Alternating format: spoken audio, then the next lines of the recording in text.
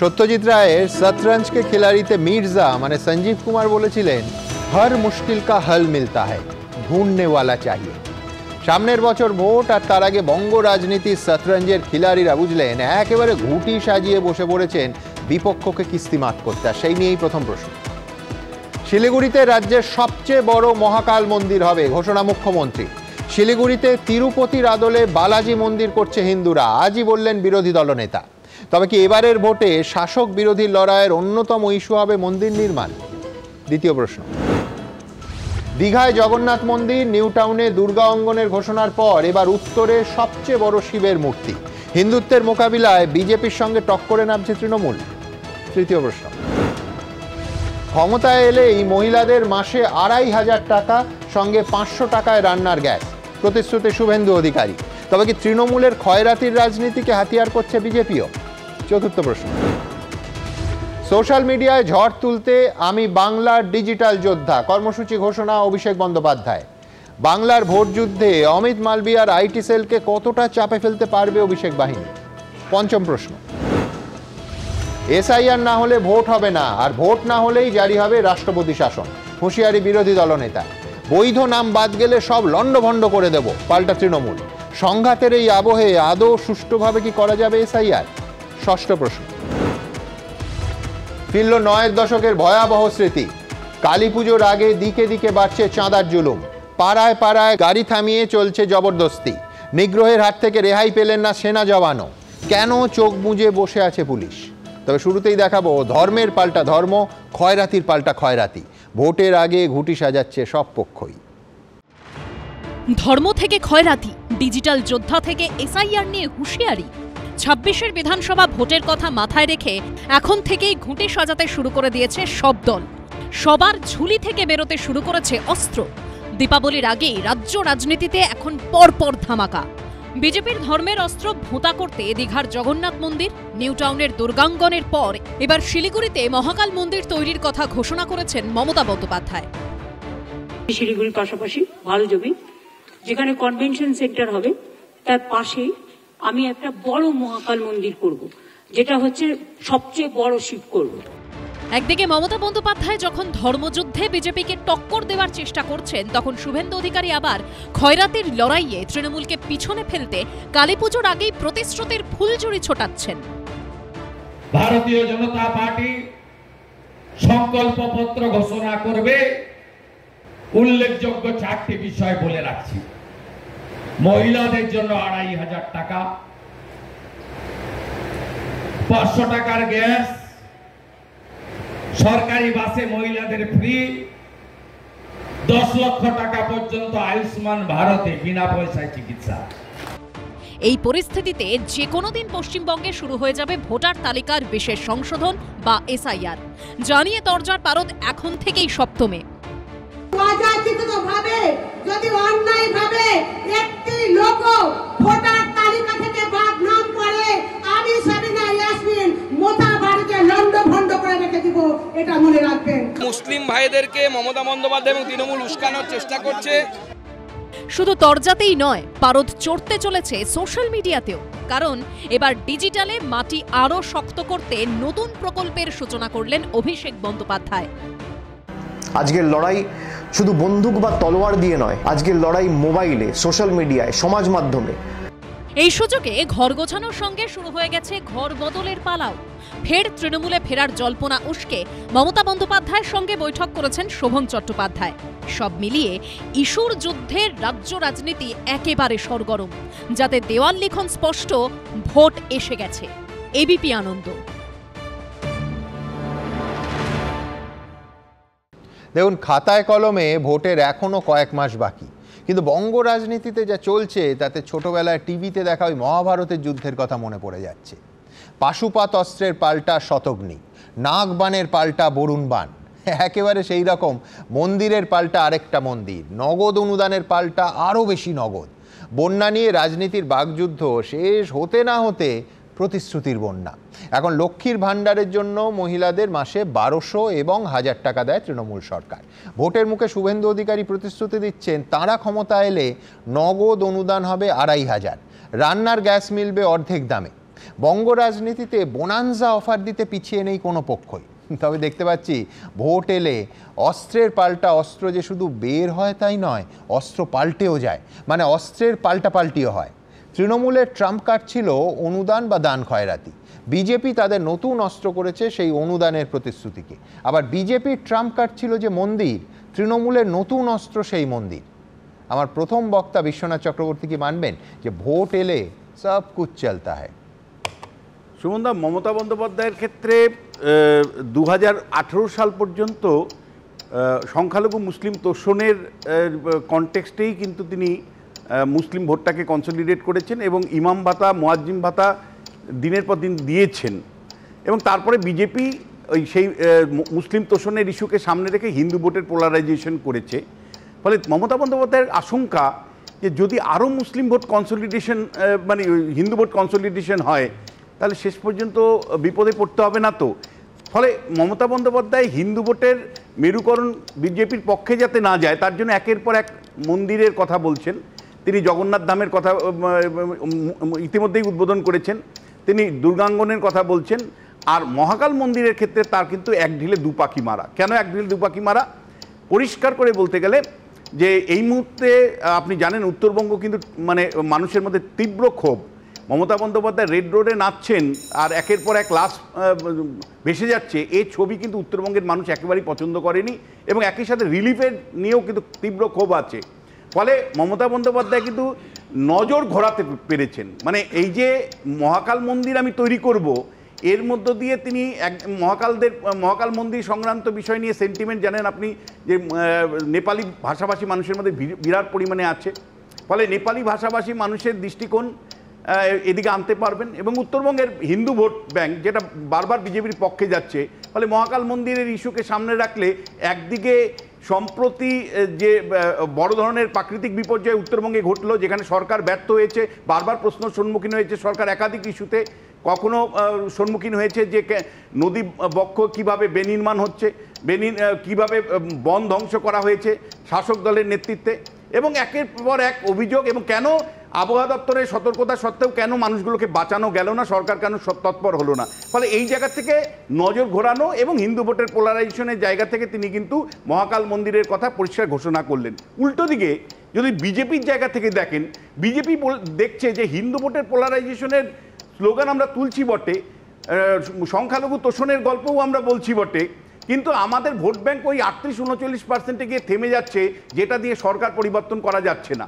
ফলে কেবলমাত্র হিন্দু ভোটের স্লোগান দিলে চলবে না, আমাদের সঙ্গে দান খয়রাতির যেটা তৃণমূল কংগ্রেস করছে, অর্থাৎ সরাসরি ডাইরেক্ট ভোট ব্যাংক তৈরি করবার জন্য যে নীতি মমতা বন্দ্যোপাধ্যায় নিয়েছে, যেটাকে আমরা প্যাট্রন ক্লায়েন্ট রিলেশনশিপ বলি, সেই ভোট ব্যাংক নির্ভরশীল ভোট ব্যাংক তৈরি করবার জন্য মমতা বন্দ্যোপাধ্যায়ের দান খয়রাতির কাউন্টার দান খয়রাতি আমাকে তৈরি করতে হবে। সেই জন্য মহিলাদেরকে 2,500 টাকা প্রতিশ্রুতি আমি দিচ্ছি, সেই কারণে রান্না গ্যাস মানে বিনামূল্যে দেওয়ার প্রতিশ্রুতি আমি দিচ্ছি।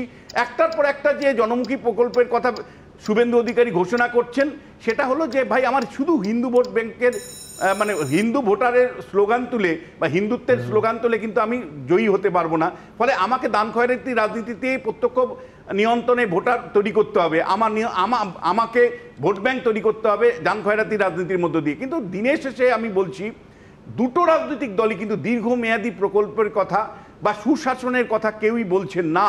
অর্থাৎ যে বাঙালি কতগুলো মানে বলা যায় কাঠামোগত সমস্যার সম্মুখীন আছে, শিক্ষাক্ষেত্রে, স্বাস্থ্যক্ষেত্রে, রাজনীতির হিংসার প্রশ্নে, আইন শৃঙ্খলা রক্ষার প্রশ্নে, পরিকাঠামোগত বিকাশের প্রশ্নে বা শিল্পের বিকাশের ক্ষেত্রে, এরা কিন্তু কোনোটাই, অর্থাৎ না মমতা বন্দ্যোপাধ্যায় না শুভেন্দু অধিকারী কেউই কিন্তু বাঙালির যে দীর্ঘমেয়াদী সমস্যাগুলো তা নিয়ে একবারও কোনো প্রতিশ্রুতি দিতে পারছে বা গুড গভর্নেন্স বা সুশাসনের কথা একবারও বলতে পারছে। দিনের শেষে আপনি লক্ষ্য করে দেখবেন যে কে কত হিন্দু, কে কত মন্দির তৈরি করতে পারে তার প্রতিযোগিতা, কে কত দান খয়রাতি তৈরি করতে পারে বা প্রতিশ্রুতি দিতে পারে তার প্রতিযোগিতা চলছে। কিন্তু গুড গভর্নেন্সটা কোথায়, সুশাসনটা কোথায়, এইটা কিন্তু অধরাই থেকে যাচ্ছে। তার মানে দিনের শেষে বাঙালির কিন্তু কোনো লাভ হবে না এই কম্পিটিটিভ কমিউনাল রাজনীতি বা বলা যায় যে সাম্প্রদায়িক তুলনামূলক রাজনীতির যে লড়াই, হিন্দুত্ব মুসলিমের লড়াই বা দান খয়রাতির যে তুলনামূলক লড়াই, এতে দিনের শেষে কিন্তু বাঙালির খুব একটা লাভ হবে বলে আমি মনে করি না। বাঙালি যেই তিমিরে ছিল সেই তিমিরেই কিন্তু থাকতে হবে। অর্থাৎ বিশ্বনাথ চক্রবর্তী বলছেন যে সুকুমার রায়ের ভাষায় বলতে গেলে হাতে রইল পেন্সিল। আমি দুপক্ষের কাছেই আসবো, কিন্তু তার আগে আপনাদের সামনে রাখবো যে পশ্চিমবঙ্গের সবথেকে বড় মহাকাল মন্দির হবে, সবথেকে বড় শিব হবে শিলিগুড়িতে, আজকে মুখ্যমন্ত্রী ঘোষণা করলেন। পরের প্রতিবেদন। তার পাশে আমি একটা বড় মহাকাল মন্দির করব, যেটা হচ্ছে সবচেয়ে বড় শিব করব। রাজনীতি এখন ধর্মময়। হিন্দু মুসলমানের রাজনীতি এখন আর রাগঢাক রেখে হয় না, খুল্লা হয়। কি রাজ্যে কি দেশে ভোট এলেই আরো বেশি করে ধার্মিক হয়ে যান রাজনীতিবিদরা, কারণ ধর্মের পথে হাঁটলে ঝুলিতে ভোট আসে। গত এক দশকে তা জোরালোভাবে প্রতিষ্ঠিত হয়েছে। এই নিয়ে নানা আলোচনা তর্ক বিতর্কের আবহে বিধানসভা ভোটের মুখে বড় ঘোষণা করলেন মমতা বন্দ্যোপাধ্যায়। বৃহস্পতিবার দার্জিলিংয়ে মহাকাল মন্দিরে পুজো দিয়ে বেরিয়ে শিলিগুড়িতে মহাকাল মন্দির তৈরির ঘোষণা করলেন মুখ্যমন্ত্রী।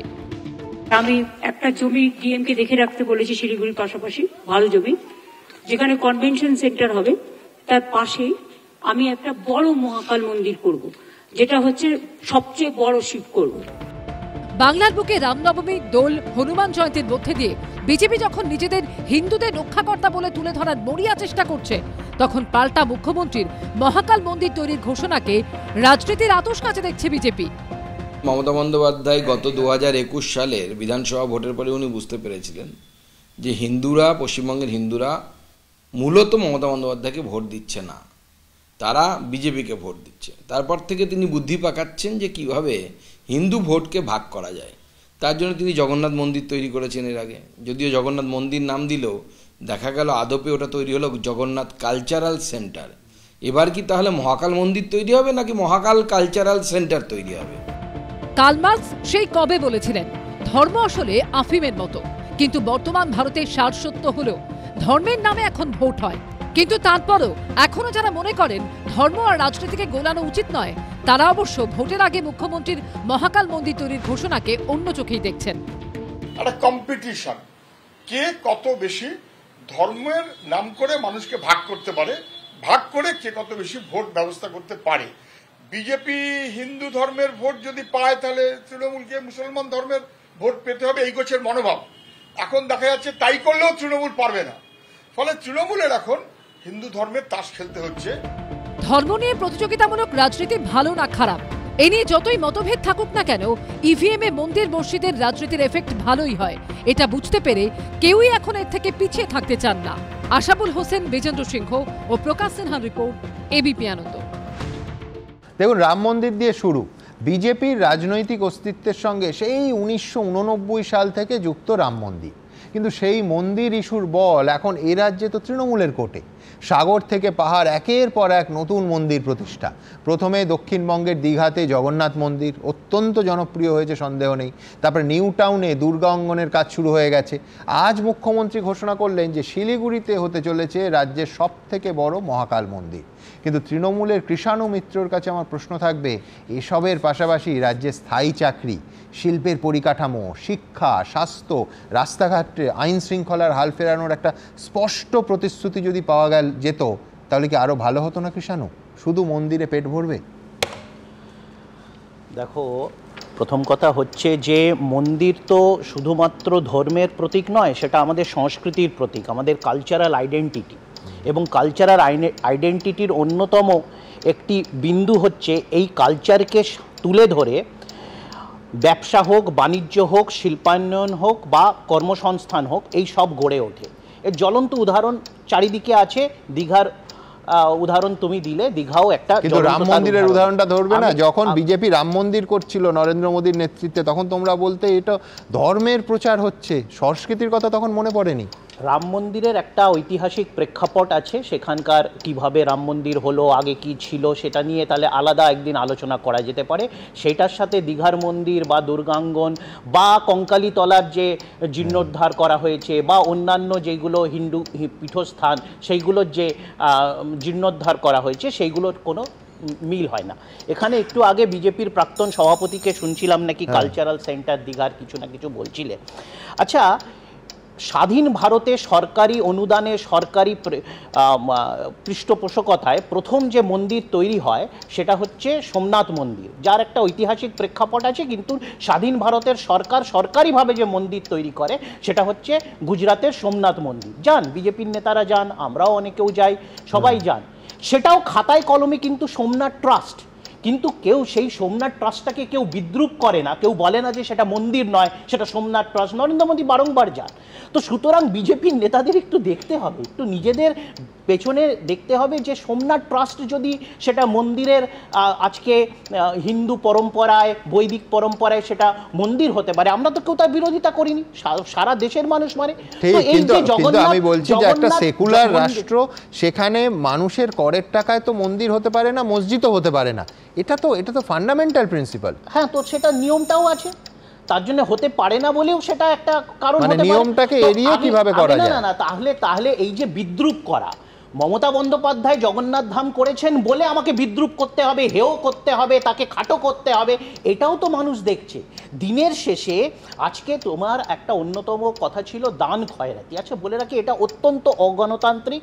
আজকে সাধারণ মধ্যবিত্ত গরিব মানুষের জন্য অত্যন্ত এটা একটা মানে অপমানজনক কথাবার্তা, দান খয়রাতি। আচ্ছা, দেশের কর্পোরেট গ্রুপকে যখন করে ছাড় দেওয়া হয়, যখন লোন মুকুব করে দেওয়া হয়, যখন 1 টাকার বিনিময়ে 50 বছরের বিঘের পর বিঘে জমি দেওয়া হয়, সেটাকে তো কেউ খয়রাতি বলে না। তাহলে সাধারণ গরিব মধ্যবিত্ত মানুষকে যদি কেউ 1000 টাকা 2000 টাকা কেউ মাসে দেয়, বা কেউ চিকিৎসা ফ্রিতে দেয়, যেটা শুধুমাত্র পশ্চিমবাংলা দেয়, ইউনিভার্সাল ফ্রি হেলথ কেয়ার, তো সেই ক্ষেত্রে সেটা কেন অর্থনীতি বলছে যে টাকা, আমি শুধু এই রাজ্য নয়, যে কোনো রাজ্যের বিনিয়োগ যদি পরিকাঠামোতে হয়, সেটা আলটিমেটলি একটা স্থায়ী চাকরি বা একাধিক চাকরির দরজা খুলে দেয়। মন্দির গুরুত্বপূর্ণ না চাকরি গুরুত্বপূর্ণ? ওয়েলফেয়ার স্টেটে যেরকম পরিকাঠামো ডেভেলপমেন্ট, সেটা সরকারের একটা দায়, সেটা একটা দায়িত্ব। সেখানে সাধারণ মানুষের ক্রয় ক্ষমতা বৃদ্ধি এবং সেই বৃদ্ধির মারফতে নতুন ইকোনমিক যে একটা কর্মকাণ্ড, সেটাতে যাতে মানুষের 100% সঙ্গে একমত। কিন্তু পশ্চিমবঙ্গের রাস্তাঘাটে কি তুমি এটাকে একেবারে উন্নত রাজ্য বলবে? তোমারই কোট আনকোট।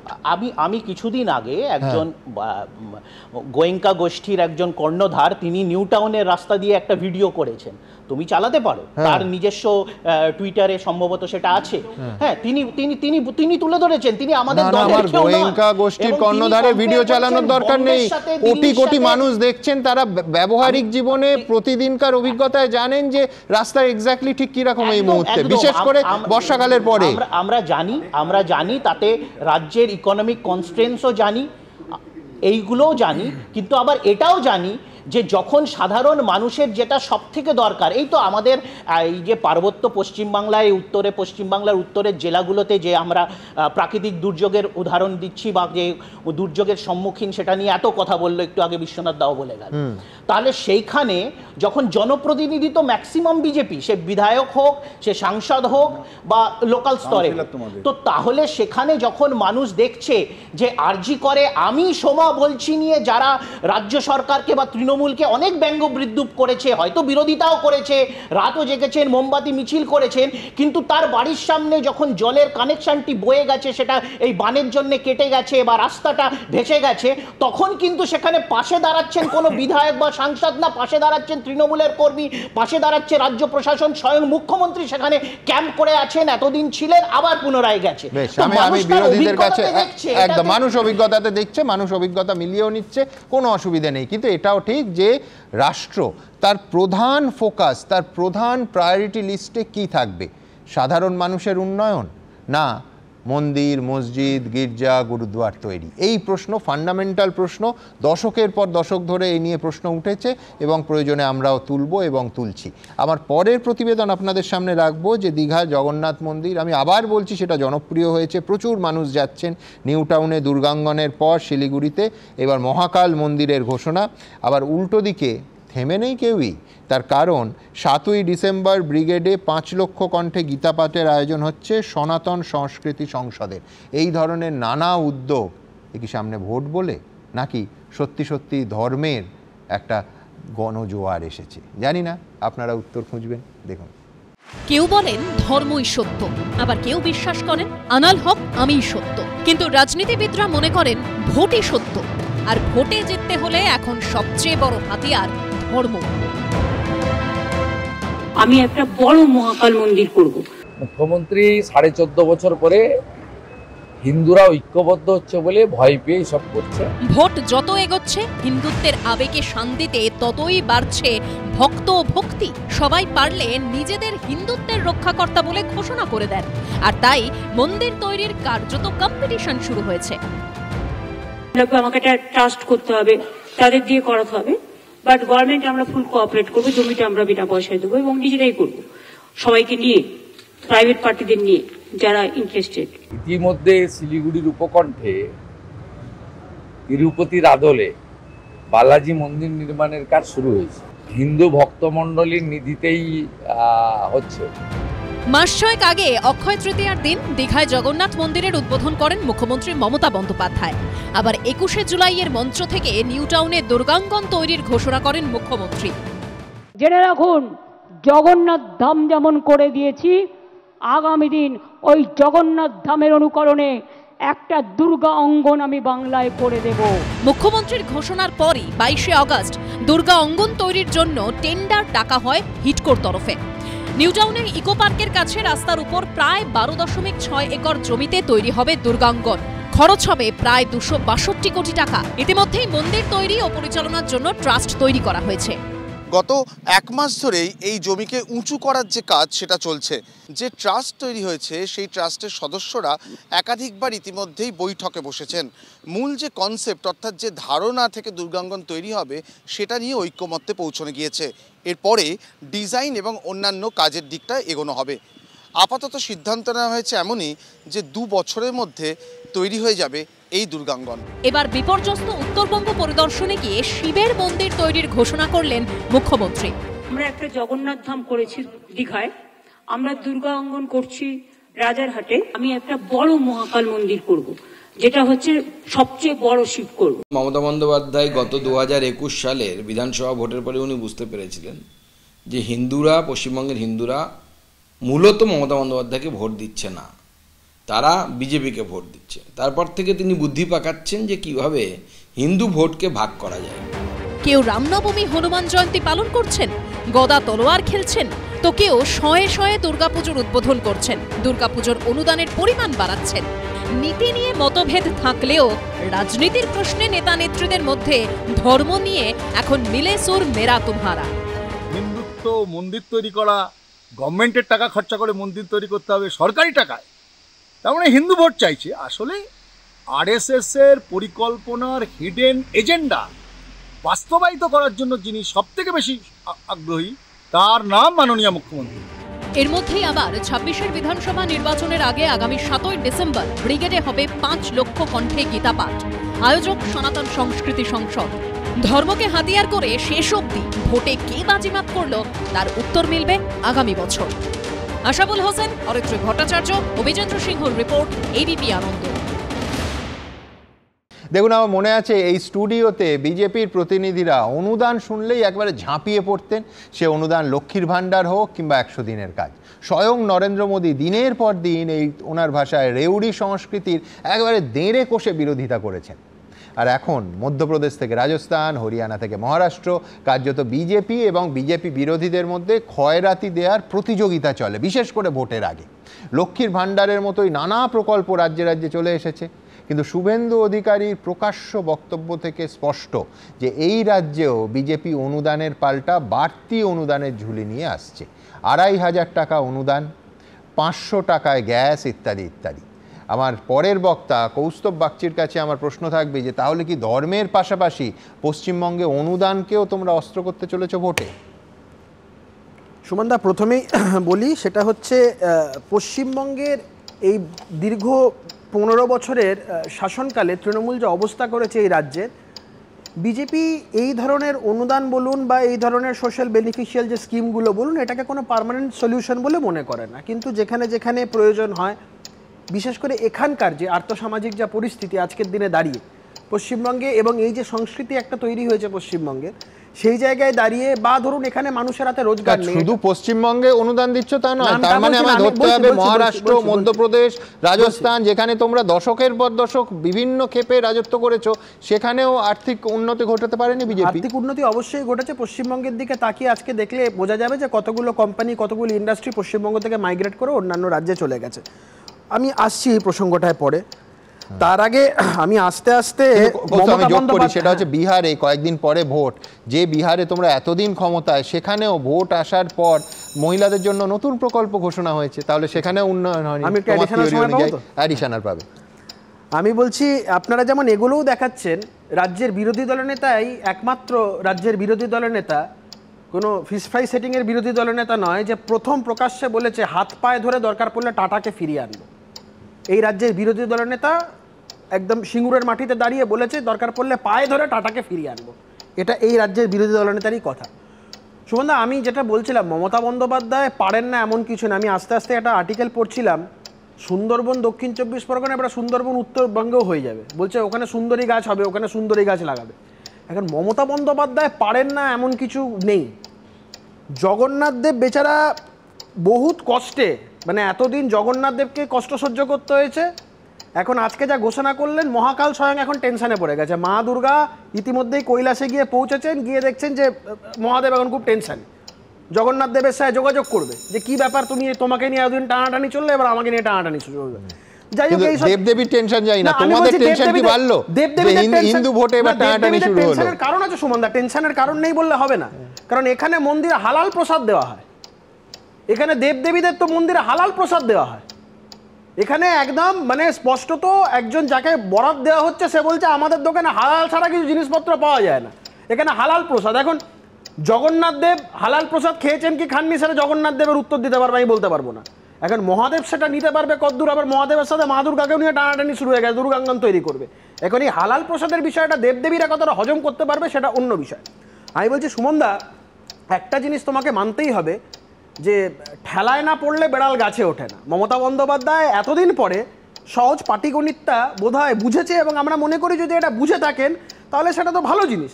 আমাদের থেকে যদি কেউ ভালো জিনিস কেউ শেখে তা আমরা কি খারাপ বলবো নাকি? মমতা বন্দ্যোপাধ্যায় এতদিন পরে যদি বুঝে থাকেন যে 70-30-এর থেকে বড়, তাহলে তো সেটা তো আমরা খারাপ বলবো না। কিন্তু সাথে সাথে বলছি তোমাকে সুমনদা, সাথে সাথে এটাও বলছি, তুলনামূলক সাম্প্রদায়িকতা বলে, সাথে সাথে আমি এই কথাটাও তোমাকে বলছি, খুব দায়িত্ব নিয়ে বলছি, সেটা হচ্ছে মমতা বন্দ্যোপাধ্যায় ওই হাতির দেখানোর দাঁত আর খাওয়ার দাঁতের মতন ব্যাপার। এই বিষয়গুলো যা যা করছেন সেটা হচ্ছে হাতির ওই দেখানো দাঁতের মতন। ওই খাওয়ার দাঁত বা অন্তরের অনুভূতিটা হচ্ছে হিন্দুদের দুর্গাপুজোর উদ্বোধনে যাব, কাপড়টা মাথায় হিজাবের মতন পরে যাব, হিন্দুদের মন্দিরে হালাল প্রসাদ বিতরণ হবে। উল্টোটা আমি তোমাকে বলছি সুমনদা, আজ অব্দি মমতা বন্দ্যোপাধ্যায়ের হিম্মত হয়নি রেড রোডে যেদিনকে নামাজ পড়তে যায় সবাই, মমতা বন্দ্যোপাধ্যায় সেই মঞ্চে উপস্থিত থাকেন, কোনোদিন গলায় একটা নামাবলী পড়ে যেতে দেখিনি মমতা বন্দ্যোপাধ্যায়কে। আজকে মমতা বন্দ্যোপাধ্যায় এদিকে দেখাচ্ছেন যে তিনি হিন্দু দরদি হয়ে তিনি হিন্দুদের মন্দিরের কথা বলছেন। আর সুমনদা, একটা কথা তোমাকে, তুমি কি চাও, শাসক নামাবলী আর হিজাবের দিকে মন দেবে না উন্নয়ন করবে, রাস্তাগুলো ঠিক হবে, বাচ্চারা চাকরি পাবে? সরকারের বা রাষ্ট্রের কোনোটাই এটা কাজ নয়। বিরোধী দলনেতা বা অন্যান্য যে যা বলছে তারা বলছে হিন্দুরা মন্দির বানাবে, মমতা বন্দ্যোপাধ্যায় বলছে সরকার বানাবে। তফাৎটা এখানে। আমরা চাই না যে সরকার এই কাজের মধ্যে নিজেদেরকে নিয়োজিত করুক, সরকারের কাজ এটা নয়। The character of a state is always secular. That is the fundamental of a state. এর বাইরে কোনোদিন স্টেট cannot run away.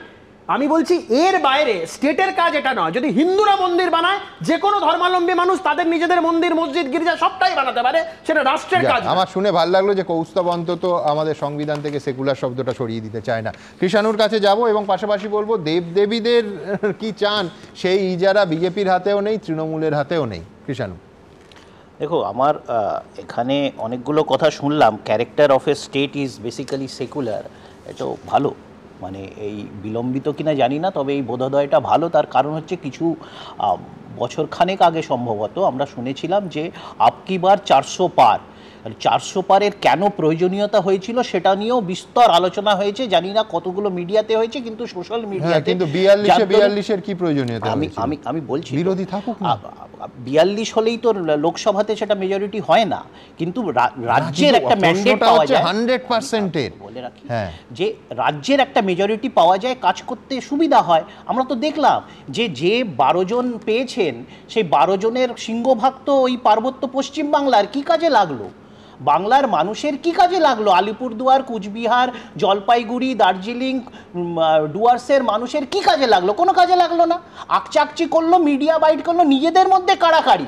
যেখানকার বিধায়ক যে নয় সেখানে তৃণমূলের এতজন সাংসদ, তাদের কি কাজে লাগলো? সাংসদের কাজ কি? গাছে বেঁধে পেটানোর নিদান দেওয়া? একদম গাছে বেঁধে পেটানোর নিদান দেওয়া সাংসদের কাজ। এমপি কোথায়? দুর্গাপুরের এমপি কোথায়? দুর্গাপুরে এত বড় ঘটনা ঘটছে। ইউসুফ পাঠানকে আজ অব্দি কনস্টিটিউয়েন্সিতে কটা মানুষ দেখেছে? এদিকে এই তৃণমূল কংগ্রেস বলেছে বাংলায় বহিরাগতদের চাই না। ইউসুফ পাঠানকে বাঙালি সাগরিকা ঘোষ ইংরেজিতে লেখা বাংলায় পড়ে পড়ে বলছে, আর বাংলা পড়া দেখে বলা যাচ্ছে বাংলা বাঙালির ধ্বজাধারী। শুধরে নেবে, কিন্তু বিজেপির কাকে দিয়ে শুধরাবে? বিজেপির ইকোসিস্টেমটাই তো বাঙালি বিরোধী হয়ে যাচ্ছে। এখন বিষয়টা হচ্ছে হালাল, কথাটা শুনলাম হালাল প্রসাদ। আমি জানি না, প্রসাদে তো দুটো মিষ্টি ছিল, এর মধ্যে হালাল বা হালাল নয় এটা কোথা থেকে কিভাবে? ভিডিওটা দেখো, তুমি ভিডিওটা দেখো, ভিডিওটা দেখো, তারাই বলছে সব দেখেছি। মুর্শিদাবাদের একটি মিষ্টির দোকানে, মুর্শিদাবাদের একটি মিষ্টির দোকানে বড় বড় করে লেখা আছে রাজনৈতিক ইস্যুতে। ভিডিওটা দেখে চালান, সেখানে লেখা আছে এখানে হালাল, এখানে হালাল ছাড়া কোনো জিনিস বিক্রি হয় না। হ্যাঁ, হালাল মানে সেইখানে যখন ওনাকে জিজ্ঞেস করা, শুনে না, হালাল মানে হচ্ছে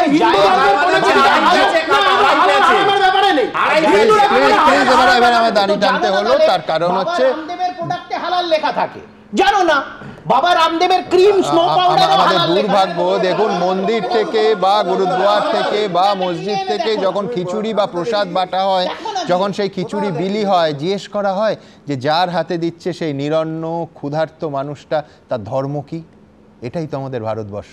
যাই হোক, আমার পরের যে প্রতিবেদনটা দেখাবো সেটা হচ্ছে এই মন্দির রাজনীতির আরেকটা মেরু, যেটা অনুদান রাজনীতি, খয়রাতি রাজনীতি আমরা বলি, সেই খয়রাতির পাল্টা খয়রাতি।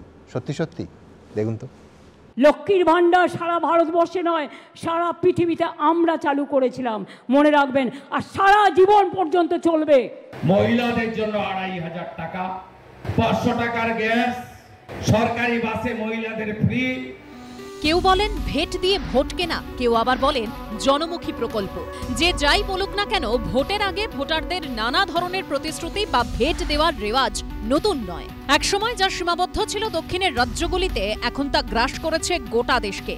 লক্ষ্মীর ভাণ্ডার কিংবা কন্যাশ্রীর মতো প্রকল্প চালু করে ইতিমধ্যেই একাধিক নির্বাচনের ঢালাও ভোট পেয়েছেন। তৃণমূলের এই হাতিয়ার ভোঁতা করতে এবার ভোটের আগেই প্রতিশ্রুতির ঝুলি উপুড় করে দিলেন শুভেন্দু অধিকারী। তৃণমূল 1000 টাকার লক্ষ্মীর ভাণ্ডারে বাড়ির মহিলাদের অ্যাকাউন্টে দিচ্ছে 1000 টাকা। বিজেপি বলছে ক্ষমতায় এলে 2500 দেবে, 500 টাকায় মিলবে গ্যাস। স্বাস্থ্যসাথী প্রকল্পে প্রতি পরিবারকে বছরে 5 লক্ষ টাকা চিকিৎসা বীমা দিচ্ছে তৃণমূল সরকার। ভোটের আগে শুভেন্দু অধিকারী বলছেন বিজেপি ক্ষমতায় এলে আয়ুষ্মান ভারতে 10 লক্ষ টাকা পর্যন্ত মিলবে বিনা পয়সায় চিকিৎসা। ভারতীয় জনতা পার্টি সংকল্পপত্র ঘোষণা করবে, সংকল্পপত্র হাতে নিয়ে দুয়ারে দুয়ারে যেতে যাবেন। সেই সংকল্পপত্র কি? দিল্লিতে সংকল্পপত্র আমরা দিয়েছিলাম, উল্লেখযোগ্য 4টি বিষয় বলে রাখছি। মহিলাদের জন্য 2500 টাকা, 500 টাকার গ্যাস, সরকারি বাসে মহিলাদের ফ্রি, 10 লক্ষ টাকা পর্যন্ত আয়ুষ্মান ভারতে বিনা পয়সায় চিকিৎসা। বলছে আয়ুষ্মান, কিসের আয়ুষ্মান? মানে ওরা 60 টাকা দেবে আর 40 টাকা আপনাকে দিতে হবে। আর স্বাস্থ্যসাথী কি? 100 টাকাই গভর্নমেন্ট দেবে, 100 টাকাই গভর্নমেন্ট দেবে। কোনটা ভালো? বাংলার লক্ষ্মীর ভাণ্ডারের ধাঁচে প্রকল্প চালু করেছে বিভিন্ন রাজ্য। মধ্যপ্রদেশের শিবরাজ সিং চৌহানের লাডলি বেহেনা প্রকল্প তো ছিলই, মহারাষ্ট্রে চালু হয়েছে লড়কি বহিন প্রকল্প, যার মাধ্যমে 21 থেকে 65 বছর বয়সী মহিলারা যাদের পারিবারিক আয় 2.5 লক্ষ টাকার কম, তারা মাসিক 1500 টাকা আর্থিক সাহায্য পান। পশ্চিমবঙ্গে ক্ষমতায় আসতে এই সব ফর্মুলা প্রয়োগ করতে চাইছে রাজ্য বিজেপি। 2100 টাকা মহিলা, ছত্তিশগড়ে 3100 টাকা ধান কিনছে। বছরে এককালীন মা তারি যোজনায় মহিলাদের এককালীন 12,000 টাকা দিচ্ছে। পাশের রাজ্য উড়িষ্যা, পায়েবাট কাছেই, সুভদ্রা যোজনায় মহিলাদের বছরে এককালীন 50,000 টাকা দিচ্ছে। লাডলি বহিন প্রথম চালু হয়েছিল মধ্যপ্রদেশে, শিবরাজ সিং চৌহান মুখ্যমন্ত্রী ছিলেন, তখন ছিল 1,500, এখন হয়েছে 2,500। কেউ কেউ এখন থেকে বলছে এত দেবো অত দেবো, নির্বাচনের আগে যা বলেছিল দেয়নি। মুম্বাইতে দেয়নি, মধ্যপ্রদেশে দেয়নি, রাজস্থানে দেয়নি। এরা ভোটের আগে একরকম বলে, ভোটের পরে ভুলে যায়। আমরা করি না, আমরা যা বলি আমরা সেটা করি। আমি যদি কথা দিই, আমি কথা থেকে কখনো সরে যাই না। সব দলই খয়রাতির রাজনীতি করে, কিন্তু নিজে দিলে বলে কল্যাণ আর বিরোধী দিলে খয়রাতি। এটাই হচ্ছে রাজনীতির প্রহসন। ঋত্বিক প্রধান ও ঝিলং করঞ্জাইয়ের রিপোর্ট, এবিপি আনন্দ। দেখুন, একদিকে মন্দির, একদিকে খয়রাতি, দুটো খেলাতেই দুই বড় প্লেয়ার নেমে পড়েছে মাঠে। মেসি আর রোনাল্ডো নেমে গেছে, এমবাপে কোথায় জায়গা পাবেন? একদিকে মন্দির, একদিকে খয়রাতি, এর মধ্যে আবার 5 লক্ষ লোকের গীতাপাঠ। লড়াই তো কঠিন। আমার পরের বক্তা পার্থপ্রতিম বিশ্বাস। সত্যি বামপন্থীরা অত্যন্ত সক্রিয় সোশ্যাল মিডিয়ায় বহুদিন ধরে, কিন্তু আজ তো তৃণমূল সেখানেও ডিজিটাল যোদ্ধা নামিয়ে দিল। তো পার্থদা, খেলা হবে নাকি খেলা শুরু হয়ে গেছে? না সুমন, আপনি শুরু করেছিলেন অনুষ্ঠান যেটা বলে যে ভোট আসছে বোঝা যায়। আমি বলছি দিওয়ালি আসছে, এটাও বোঝা যায় যে দিওয়ালির আগে দেখবেন বাম্পার অফার থেকে জায়গায় জায়গায়। এবং এটার মূল কারণ হচ্ছে দুটো। একটা হচ্ছে লস্ট খদ্দের, যে খদ্দের হারিয়ে গেছে বছরের অন্য সময় তাদের ফিরিয়ে আনা, আর একটা হচ্ছে নতুন খদ্দের ধরা। ফলে এই যে বিভিন্ন ধরনের অনুদানের কথা বলা হচ্ছে, ধরুন বিজেপির পক্ষ থেকে তৃণমূল 1200 দিলে আমরা 2,500 দেবো। তৃণমূল এখন অবধি গ্যাস দিচ্ছে কেবল প্রতিশ্রুতিতে, ওরা হচ্ছে যে গ্যাস 500 টাকায় দেবে। ফলে আসলে গ্যাস দেওয়া বলতে যা বোঝায় বাঙালিকে, সেটাই হচ্ছে চলছে। কিন্তু ধরুন অ্যামাজন আর ফ্লিপকার্টের লড়াইয়ে ছোট মুদির দোকানদারের মতো অবস্থা নয় তো অন্যদের। আমি বলছি যে সেটাই যাতে না হয়, বাঘ সিংহের লড়াই হচ্ছে, বাকিরা প্রান্তিক হয়ে যাচ্ছে। সেটাই বুঝতে হবে। আসলে আপনি যা বলেছেন তাই, যে ধরুন মন্দির রাজনীতি শুরু হয়েছিল এদেশে, হচ্ছে যে বিজেপি হচ্ছে যে এই খেলায় হচ্ছে শ্রেষ্ঠ, এটা সবাই স্বীকার করে, যে এই যে ধর্মীয় উন্মাদনা তৈরি করে বিভাজনের রাজনীতি। ফলে তারা প্রথম রাম মন্দির করলেন। এবার করার পর যে সেই বিজেপির কি বলবো, যে পিচে ব্যাট করতে নামলেন এরা, বিজেপির ছেড়ে যাওয়া জুতো পা গলালেন তৃণমূল, এবং তারা এখন হচ্ছে আবার নতুন করে মন্দিরে নামছেন। এখন মন্দিরে নামছেন, ধরুন দীঘার জগন্নাথ মন্দিরে প্রচুর লোক হচ্ছে, এটা ফ্যাক্ট। হ্যাঁ, কিন্তু প্রচুর মানুষ যাচ্ছেন। আবারও বলছি যে মন্দির কেন হবে না? মানুষ তার উপাসনার জন্য, পছন্দের জন্য যেতে পারেন। যারা ধর্মপ্রাণ মানুষ এদেশে চিরকাল আছে, থাকবে, তারা থাকবে। কিন্তু সরকারের কাজটা কি, দ্যাট ইজ ইম্পর্টেন্ট। সরকার, আমি বলছি মহাকালের মন্দির হচ্ছে, কিন্তু আমি উত্তরবঙ্গে মানুষের ইহকাল বিপর্যস্ত। ফলে সেখানে দাঁড়িয়ে হচ্ছে যে মহাকালের মন্দির যদি হয়, তাহলে সরকারের প্রায়োরিটি কি সেটা বুঝতে হবে। গতকাল, আজকে মহাকাল মন্দির নিউজে ছিল, কাল মেঘনাথ সাহা ছিল নিউজে, যে ড্যাম ভেঙে দিতে বলেছেন তিনি। আমি বলছি যে পশ্চিমবঙ্গের ডিভিসির 7টা ড্যাম প্রপোজ ছিল, 4টে হয়েছে, 3টে হয়নি। পশ্চিমবঙ্গকে যদি বাঁচাতে হয়, বলতে হতো উই নিড মোর ড্যাম। যে মেঘনাথ সাহা যে স্বপ্ন দেখেছিলেন পশ্চিমবঙ্গকে যদি বাঁচাতে হয়, মেঘনাথ সাহার স্বপ্নকে মিসকোট করে যদি বলা হয় যে বাঁধ ভেঙে দাও, তাহলে সেটা হলো আর একটা ধরনের বিপর্যয় নেমে আসবে, যা নেমেছে উত্তরবঙ্গের মানুষের। যদি ভাঙতেই হয়, তাহলে এই ইকোসিস্টেমটা ভাঙুন। যে উত্তরবঙ্গের যে জঙ্গল নদী খাত দখল করে যে বেআইনি নির্মাণ চলছে, শহর জুড়ে যে জলাভূমি বুঝিয়ে নির্মাণ, বেআইনি নির্মাণ, ভাঙতে হলে এগুলো ভাঙুন। আমি বলছি বাঁধ ভাঙাটা হচ্ছে যে সভ্যতার এগিয়ে যাওয়ার কাজ না। একইভাবে দুর্গাঙ্গন, আপনি বললেন 262 কোটি টাকার প্রজেক্ট একটা শহরে হচ্ছে। এই শহর যেখানে দুর্গাপুজো দেখার জন্য লোকে রেডি হচ্ছিলেন, তার 48 ঘন্টা আগে 12 জন মানুষ ইলেকট্রিকিউটেড হয়ে মারা গেছেন। শহরের পরিকাঠামো, নিরাপদে উৎসব অংশ নিতে পারে মানুষ, সেই পরিকাঠামো সরকার এনশিওর করতে যদি না পারে, সরকারের অগ্রাধিকার নিয়ে প্রশ্ন উঠবে। আমার বন্ধু কৃষাণু একটু আগে বলছিলেন সরকারের যে কালচারাল একটা ইস্যু, যে মহাকালের মন্দির আমাদের সংস্কৃতির অংশ। আমি প্রশ্ন করতে চাই যে যখন উত্তরবঙ্গে এরকম বিপর্যস্ত গোটা ব্যবস্থাটা, তখন কলকাতায়, অর্থাৎ উত্তরবঙ্গে রেড অ্যালার্ট বেজেছে বিপর্যয়ের, কলকাতার রেড রোডে দাঁড়িয়ে কার্নিভালের ওই নাচ, এটা আমাদের সংস্কৃতির ঐতিহ্যের অংশ, এটা দরকার ছিল। আমি বলছি অগ্রাধিকারের প্রশ্ন এই জায়গাটাই আসে। দীঘার মন্দির আপনি বলেছেন কারেক্টলি, দীঘার মন্দির হোক, কিন্তু আমাদের এন্টায়ার কোস্টাল এরিয়া জুড়ে অরক্ষিত কোটি কোটি মানুষ বছরের পর বছর আছে, নদীবাঁধ ভেঙে যাচ্ছে। মুখ্যমন্ত্রী যখন সেখানে যাচ্ছেন বলছেন যে বাঁধের টাকা আমার জলে যাচ্ছে। তাহলে সরকারের এরকম পরিকাঠামোর টাকাগুলো যখন জলে যাচ্ছে, তখন গভর্নেন্স ইজ ইন কোয়েশ্চেন। ফলে ভোট আসলে সরকারের এই পারফরমেন্স বিচার হবে। ফলে বিচার হবে বলে গোলপোস্ট ঘোরাতে হয় তখন সরকারকে, শাসক দলকে, উভয় পক্ষকে। বিরোধীও চাইছে সেটা। ফলে কখনো মনে হচ্ছে যে এসআইআর আসলেই যে রোহিঙ্গা মুসলমানদের না তাড়ালে হিন্দুদের রেহাই নেই, বিজেপির ভার্সন। আমি আলাদা করে পার্থদা এসআইআর প্রসঙ্গে এই অনুষ্ঠানে আমি শুধু ওইটা বলেই শেষ করে দিচ্ছি, এটাই যে মানুষের অগ্রাধিকার ঠিক করতে হবে সরকার চালাতে গেলে। একটা মহাকাল মন্দির একটা উত্তরবঙ্গের চেহারা পাল্টাতে পারবে না। আমি বলছি এইটাই সরকারের মাথায় ঢোকাতে হবে। বেশ, কিষাণ। প্রথম কথা হচ্ছে, আমি সাংস্কৃতিক দিক কথাটা বলার সাথে সাথে বলেছিলাম এটা একটা ইকোনমিক অ্যাক্টিভিটিকেও এটা ত্বরান্বিত করে। আজকে একটা দীঘার মন্দিরে শুধুমাত্র মানুষ যাচ্ছে, শুধু মন্দির দেখে চলে আসছে, তার সাথে সেখানকার দোকানপাটের ব্যবসা বেড়েছে, হোটেল ইন্ডাস্ট্রি বেড়েছে, সেখানকার যানবাহন ট্রান্সপোর্ট ইন্ডাস্ট্রি বেড়েছে।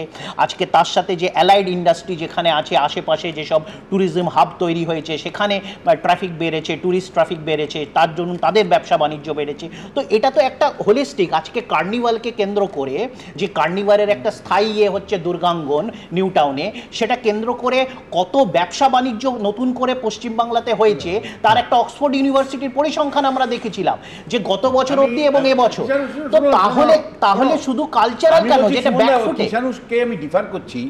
আমি অন্তত 100টা আনন্দবাজার বিভিন্ন এডিশন বের করে দিব যেখানে রবিবার বা শনিবারে এত ভিড় দীঘাতে হয়েছে, মানে মন্দির তৈরির অন্তত কয়েক বছর আগে, 10 বছর আগে, যে জায়গা পাচ্ছে না, মানে দীঘাতে ভিড়, হোটেলের জায়গা নেই। এই হেডলাইনে আনন্দবাজার দিনের পর দিন করেছে। তাহলে মন্দির ছাড়া কি তখন মানুষ দীঘাতে ঘুরতে যায়নি?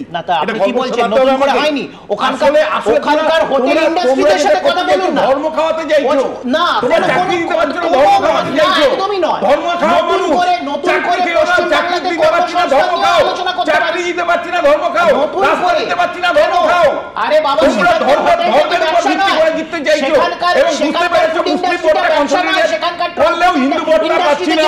হিন্দু ভোট চাই, হিন্দু ভোট চাই, বুঝতে পারছি অসুবিধা হয়ে গেছে।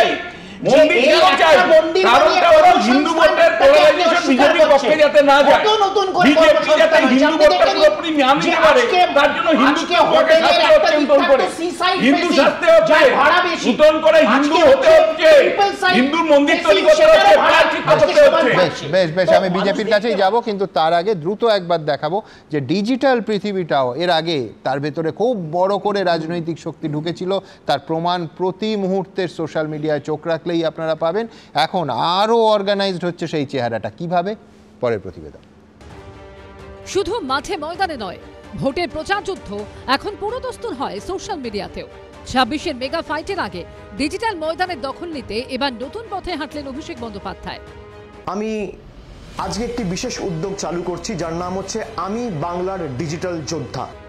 বর্তমান রাজনীতিতে সোশ্যাল মিডিয়ার ভূমিকা অত্যন্ত গুরুত্বপূর্ণ।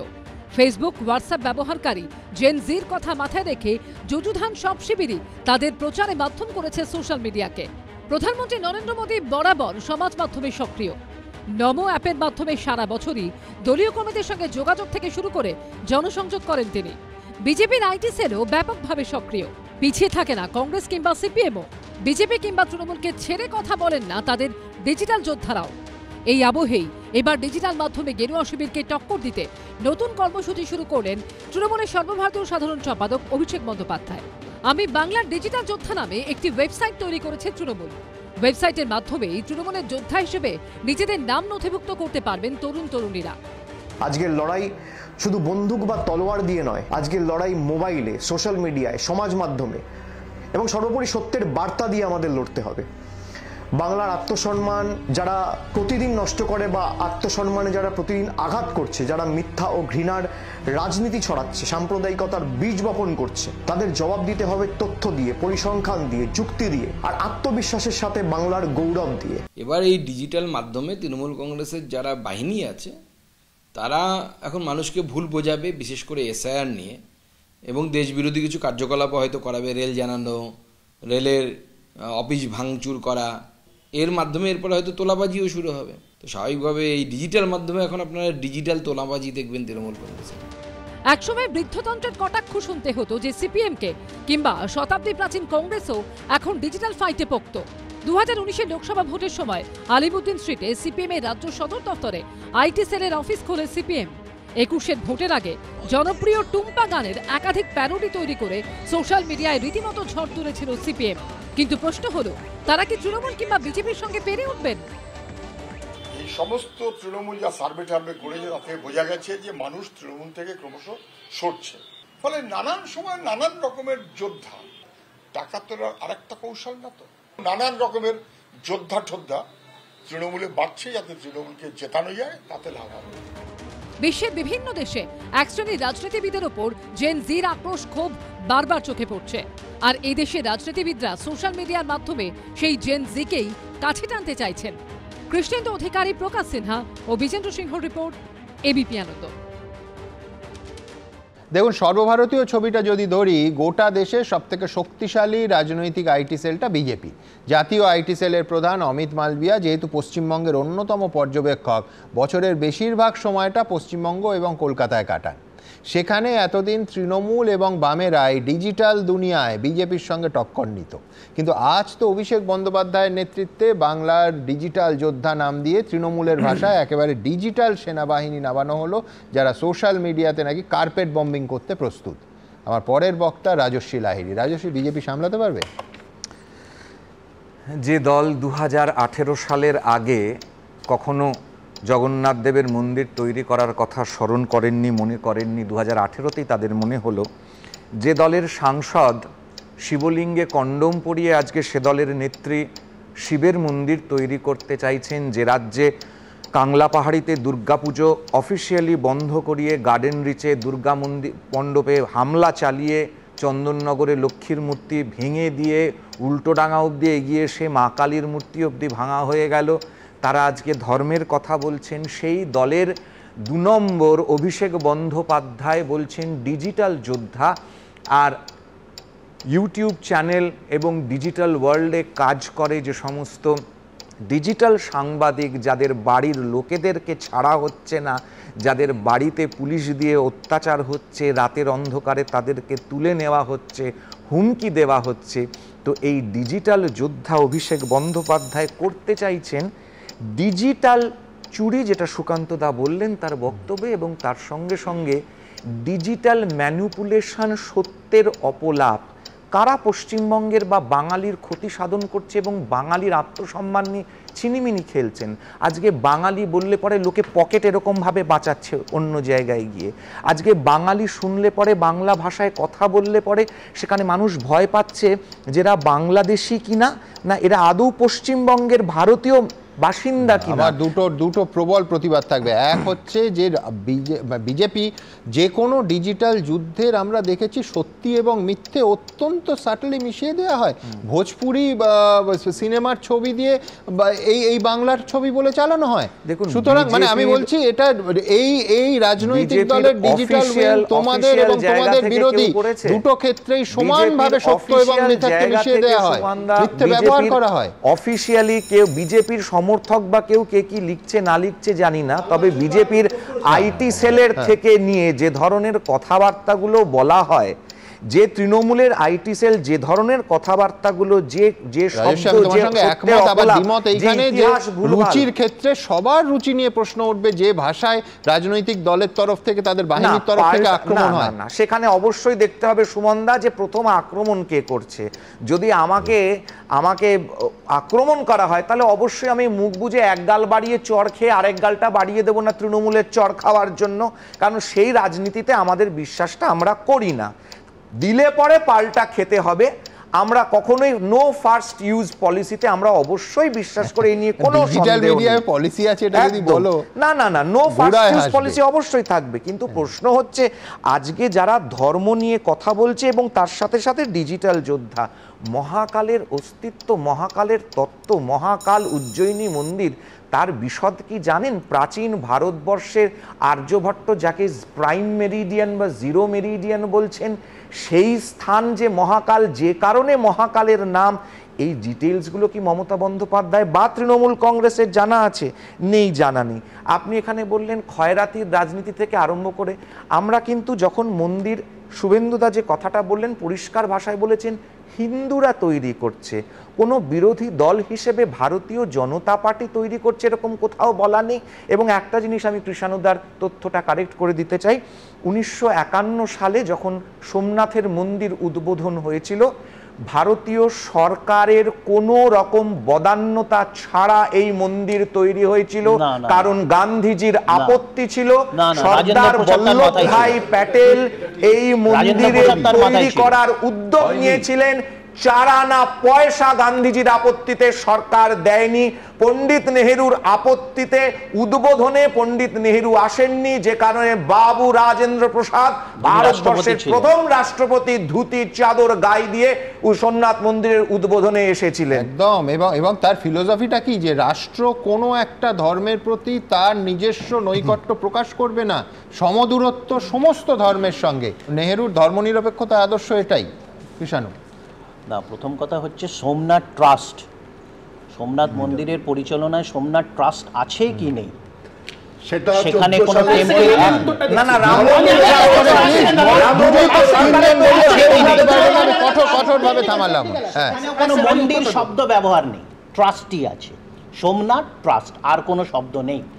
যেমন কালচারাল সেন্টার যদি বিদ্রোহ হয় তাহলে ওইখানে আমরা একটু বিদ্রোহ করি মাগুর মাছের ফ্যাক্টরি সোমনাথ বলতে ভারতবর্ষ কি বলে? সোমনাথ বলতে ভারতবর্ষ প্রভাসতীর্থের দেওরা পাটানের মন্দিরের কথা বলে। আচ্ছা, আবার এটাও ফ্যাক্ট যে 2020 সালে শুধু ভারতবর্ষ নয়, পৃথিবীর যে কোনো রাজনৈতিক দলের ইতিহাসে যদি কোনো রাজনৈতিক দল ডিপ ফেক টেকনোলজি অফিসিয়ালি ব্যবহার করেছে, সেটা বিজেপি 2020 সালে দিল্লি নির্বাচনে মনোজ তিওয়ারিকে দিয়ে প্রায় 12টা না 14টা ভাষায় সে ভাষণ দেওয়ানো করেছিল। Deep fake technology officially BJP ব্যবহার করেছিল, যেটা এখন নির্বাচন কমিশন বলছে আর ব্যবহার করা যাবে না। কৃষাণু, তুমি নিশ্চিত যে এই যে আমাদের রাজ্যে কয়েক মাসের মধ্যে একটা ভোট, এখানে সমস্ত রাজনৈতিক দল তাদের নৈতিক প্যারামিটারসগুলো রেখে তাদের ডিজিটাল যুদ্ধ লড়বে? তো কি করে বলবো? Amit Shah is on record. তোমার দলেরটা বলো, তুমি ওর দলেরটা কি করে বলবে? অমিত শাহ আমি বলছি যে বিজেপির হোয়াটসঅ্যাপ ইউনিভার্সিটিতে তারা রটিয়ে দেয় যে অখিলেশ যাদব মুলায়ম সিং যাদব আমি তোমার সঙ্গে একমত যে আছি যে দেখুন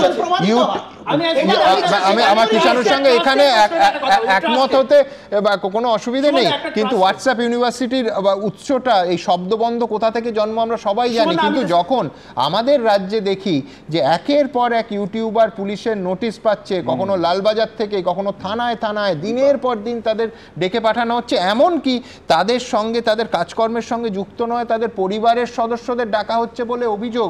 রোজিনা রহমানের, আমি তাকে চিনিও না, কিন্তু আমার দিনের পর দিন সন্ময় বন্দ্যোপাধ্যায়, আমার বক্তব্য খুব পরিষ্কার, আমি ডে ওয়ান থেকে একটা জিনিস খুব ক্লিয়ার করে দিচ্ছি যে আজকের পৃথিবীতে ডিজিটাল আর নন ডিজিটাল ভাগ করা যায় না। আমরা যারা নিজেদের মেন স্ট্রিম বলি, আমরা মেন স্ট্রিম। এই যে অনুষ্ঠানটা আপনারা লাইভ দেখছেন, এটা কিন্তু একই সঙ্গে এবিপি আনন্দ লাইভ ইউটিউব চ্যানেল থেকে লাইভ সম্প্রচার হচ্ছে। সেই অর্থে আমরা প্রত্যেকে ইউটিউবার। ইনফ্যাক্ট আমি তো তৃণমূলের অরূপের জানি, ওর একটা ডিজিটাল চ্যানেলও আছে। সুতরাং এই ইউটিউবার, মেন স্ট্রিম, সাংবাদিকতা, এইভাবে সাংবাদিকতার ভাগ করা যায় না। অন্যায় যেখানে হবে আমাদের সেখানে সরব হতে হবে। চালিয়ে দিয়ে দাঙ্গা তৈরি করা সেটা হচ্ছে বেআইনি, সেটা ক্রিমিনাল অফেন্স।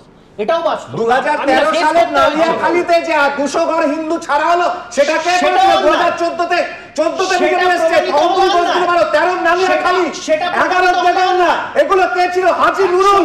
11 দেগঙ্গার একটা লোককে ডেকে জিজ্ঞাসা করো। যদি প্রমাণ দেখুন, দাঙ্গা হলে সরকার এবং পুলিশকে ঝাঁপাতে হবে, কিন্তু দিনের পর দিন আমি সবার কাছে যাব, দিনের পর দিন আমাদের নোটিশে পুলিশ বলেছে যে ভাবুন, হাইকোর্টের বিচারপতির সাক্ষাৎকার, সেটা নাকি দাঙ্গা সৃষ্টি করতে পারে, অশান্তি সৃষ্টি করতে পারে, এই প্রশাসনের যুক্তি থাকে। সুতরাং অবশ্যই আমি বলছি আইনি না বেআইনি, আমি কোনো একটা নোটিশে যাচ্ছি না, তার কারণ আমি দেখিনি, আমার সম্যক জ্ঞান নেই। কিন্তু যে নোটিশ আমরা পেয়েছি তাতেও লেখা থাকতো যে এই সাক্ষাৎকারটি সম্প্রচার হলে গোটা রাজ্য জুড়ে হওয়ার পর নাকি দাঙ্গা বেঁধে গেছে। সুতরাং মানে আমি বলছি রাষ্ট্রের যুক্তি কিন্তু কষ্টি পাথরে যাচাই করে নিতে হবে।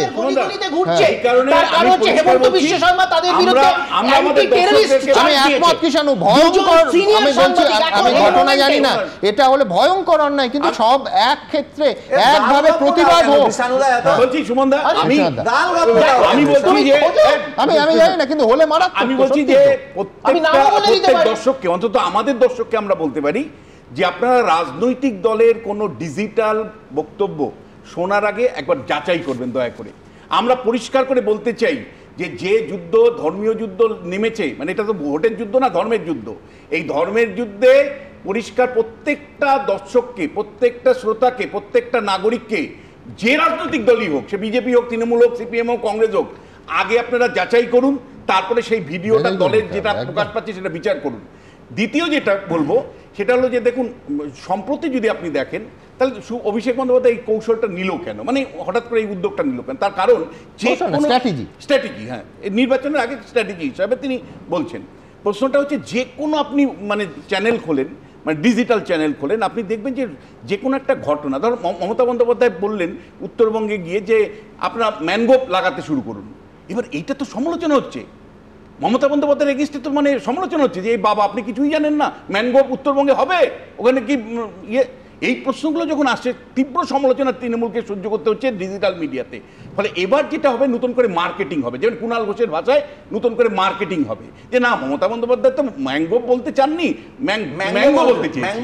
আচ্ছা, এইবার থার্ড আমি বলবো যে দেখুন এই যুদ্ধে আমি ব্যক্তিগতভাবে আমি অনুরোধ করব মানে শাসককে এবং প্রশাসনের লোককে যে দয়া করে আপনারা তৃণমূল আর তৃণমূল বিরোধী এডিটোরিয়াল পলিসির মধ্যে পার্থক্য করবেন না। প্রত্যেকেরই অধিকার আছে তার মতন এডিটোরিয়াল পলিসি করে ইউটিউব চালানো। আপনারা যেটা করছেন, তৃণমূল ইতিমধ্যেই যে সমস্ত ইউটিউবারদের নামিয়েছে, তারা গাল মন্দ সবাইকে করে, আপনাকে আমাকে সবাইকে করে, করতে পারে, কিন্তু তারা ভালো দেখলে তারেও আমি কুন্নিস জানি না। এক্স্যাক্টলি, কিন্তু তাদের কিছু করছে না। কিন্তু রোজিনার মতন মেয়েরা যারা প্রান্তিক অবস্থা থেকে উঠে আজকে, হয়তো তার এডিটোরিয়াল পলিসি সরকার বিরোধী, কিন্তু তাকে কিন্তু ধরবার জন্য তাকে একের পর এক মামলা দিচ্ছে, বা শফিকুলকে একের পর এক মামলা দিচ্ছে। তাহলে আপনার সরকার হিসাবে রাইট টু ইকুয়ালিটিকে ভায়োলেট করতে পারেন না। পুলিশকে অনুরোধ করবো যে তৃণমূল পন্থীদের ইউটিউবারদের আপনারা একরকম অবস্থান নিচ্ছেন, আর তৃণমূল বিরোধী মানে এডিটোরিয়াল পলিসি নিয়ে যারা চালাচ্ছে তাদের একরকম ব্যবস্থা নিচ্ছেন। একই জায়গায় দুরকম ব্যবস্থা নিতে পারেন না। রোজিনা সংক্রান্ত যে কথাটা বলছো, ঘটনাটাকে কেন্দ্র হচ্ছে আমার একটা ইন্টারভিউকে কেন্দ্র করে, সেটা না রোজিনাকে নিয়ে পুলিশ কিছু করলো। তুমি নোটিশ পেয়েছো না? কবে কোন মামলা করেছে এখনো অবধি আমার কাছে কোনো নোটিশ নেই। ওই মামলার নোটিশ এখনো অবধি আমার কাছে নেই। মানে বলেছিলে তুমি? বলেছি আমি, বক্তা আমি। রোজিনার স্বামীকে নোটিশ পাঠিয়েছে। আমি বলছি মানে যার চ্যানেলের সাথে কোনো যোগাযোগ নেই, মানে এখন পরিবারকে অ্যাটাক করা। আমি আর একটা কথা যেটা আমি বলার জন্য তখন বলতে চাইছিলাম, এই যে সোমনাথ ট্রাস্টের কথা বলছিল, সোমনাথ ট্রাস্টের এমন কোনো ইনস্ট্যান্স নেই যে তারা 80Gতে তারা ডোনেশন নেয়, যারা হচ্ছে গিয়ে ধরো আমি যেটা বলতে চাইছি, দীঘার জগন্নাথ এই যে কালচারাল সেন্টার, এটা অপারেট করে হচ্ছে হিট করে অফিস থেকে, আর public enterprise own by the government of West Bengal. তো সেই ইনস্ট্যান্স যেটা প্যালপেবলি ইলিগাল, সম্পূর্ণ ইলিগালিটি। কিন্তু আমি এখানে বলবো যে যেহেতু ডিজিটাল মিডিয়া নিয়ে কথা হলো, দেখুন গণতন্ত্রে প্রত্যেকের অধিকার আছে তার পলিসি মতো বা তার যেটা মনে হয় সেটা হতে পারে সরকারের পক্ষে, হতে পারে সরকারের বিপক্ষে, হতে পারে কারুরই পক্ষে বা সরকারের পক্ষে বা বিপক্ষে নয়, একেবারে ইস্যু ভিত্তিক সেইটা তুলে ধরার।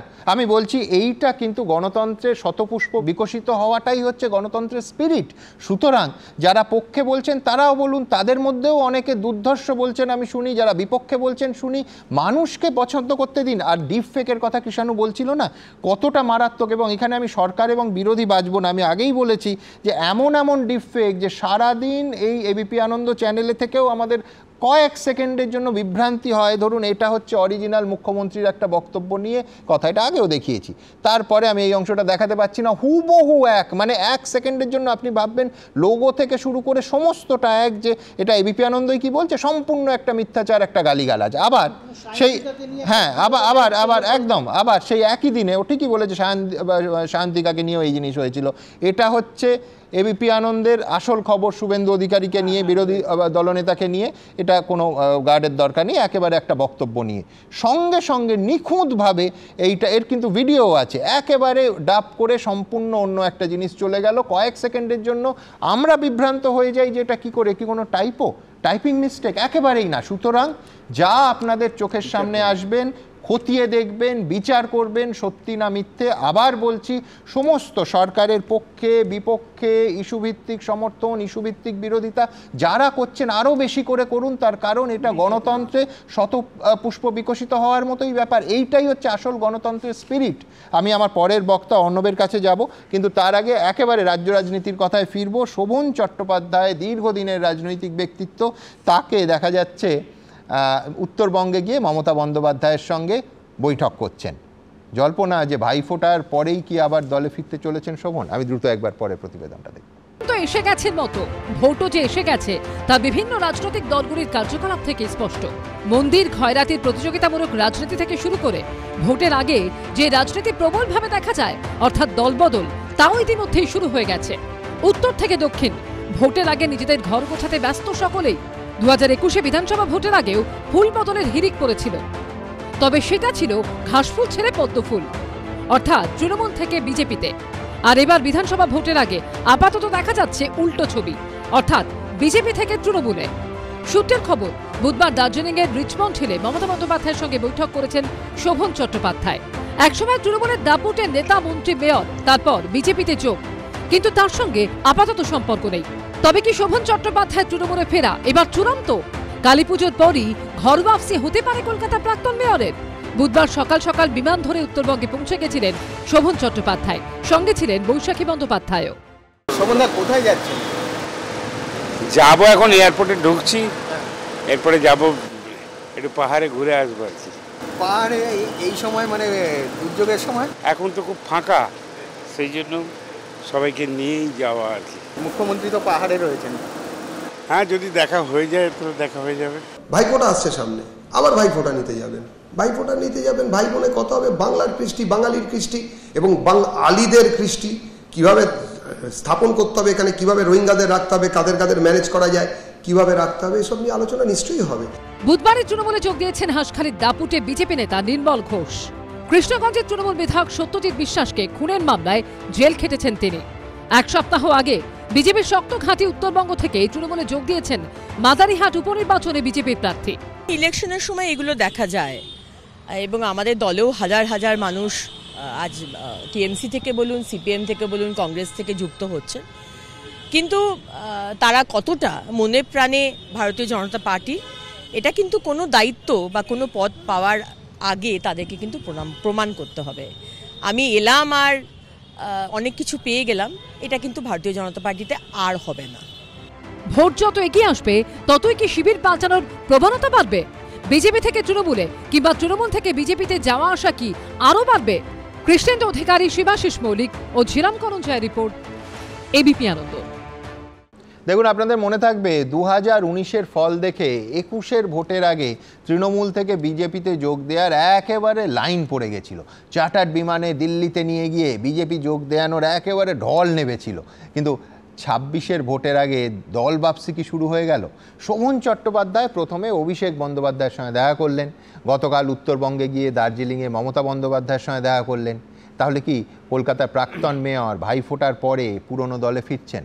এমনকি কাল দেখলাম, জানি আলোচনা হলো, তৃণমূলের জনপ্রিয় বিধায়ক সত্যজিৎ বিশ্বাসের খুনের আসামি 5 বছর জেল খাটার পর জামিন পেয়ে রীতিমতো ঢাকঢোল পিটিয়ে বিজেপি থেকে তৃণমূলে যোগ দিলেন।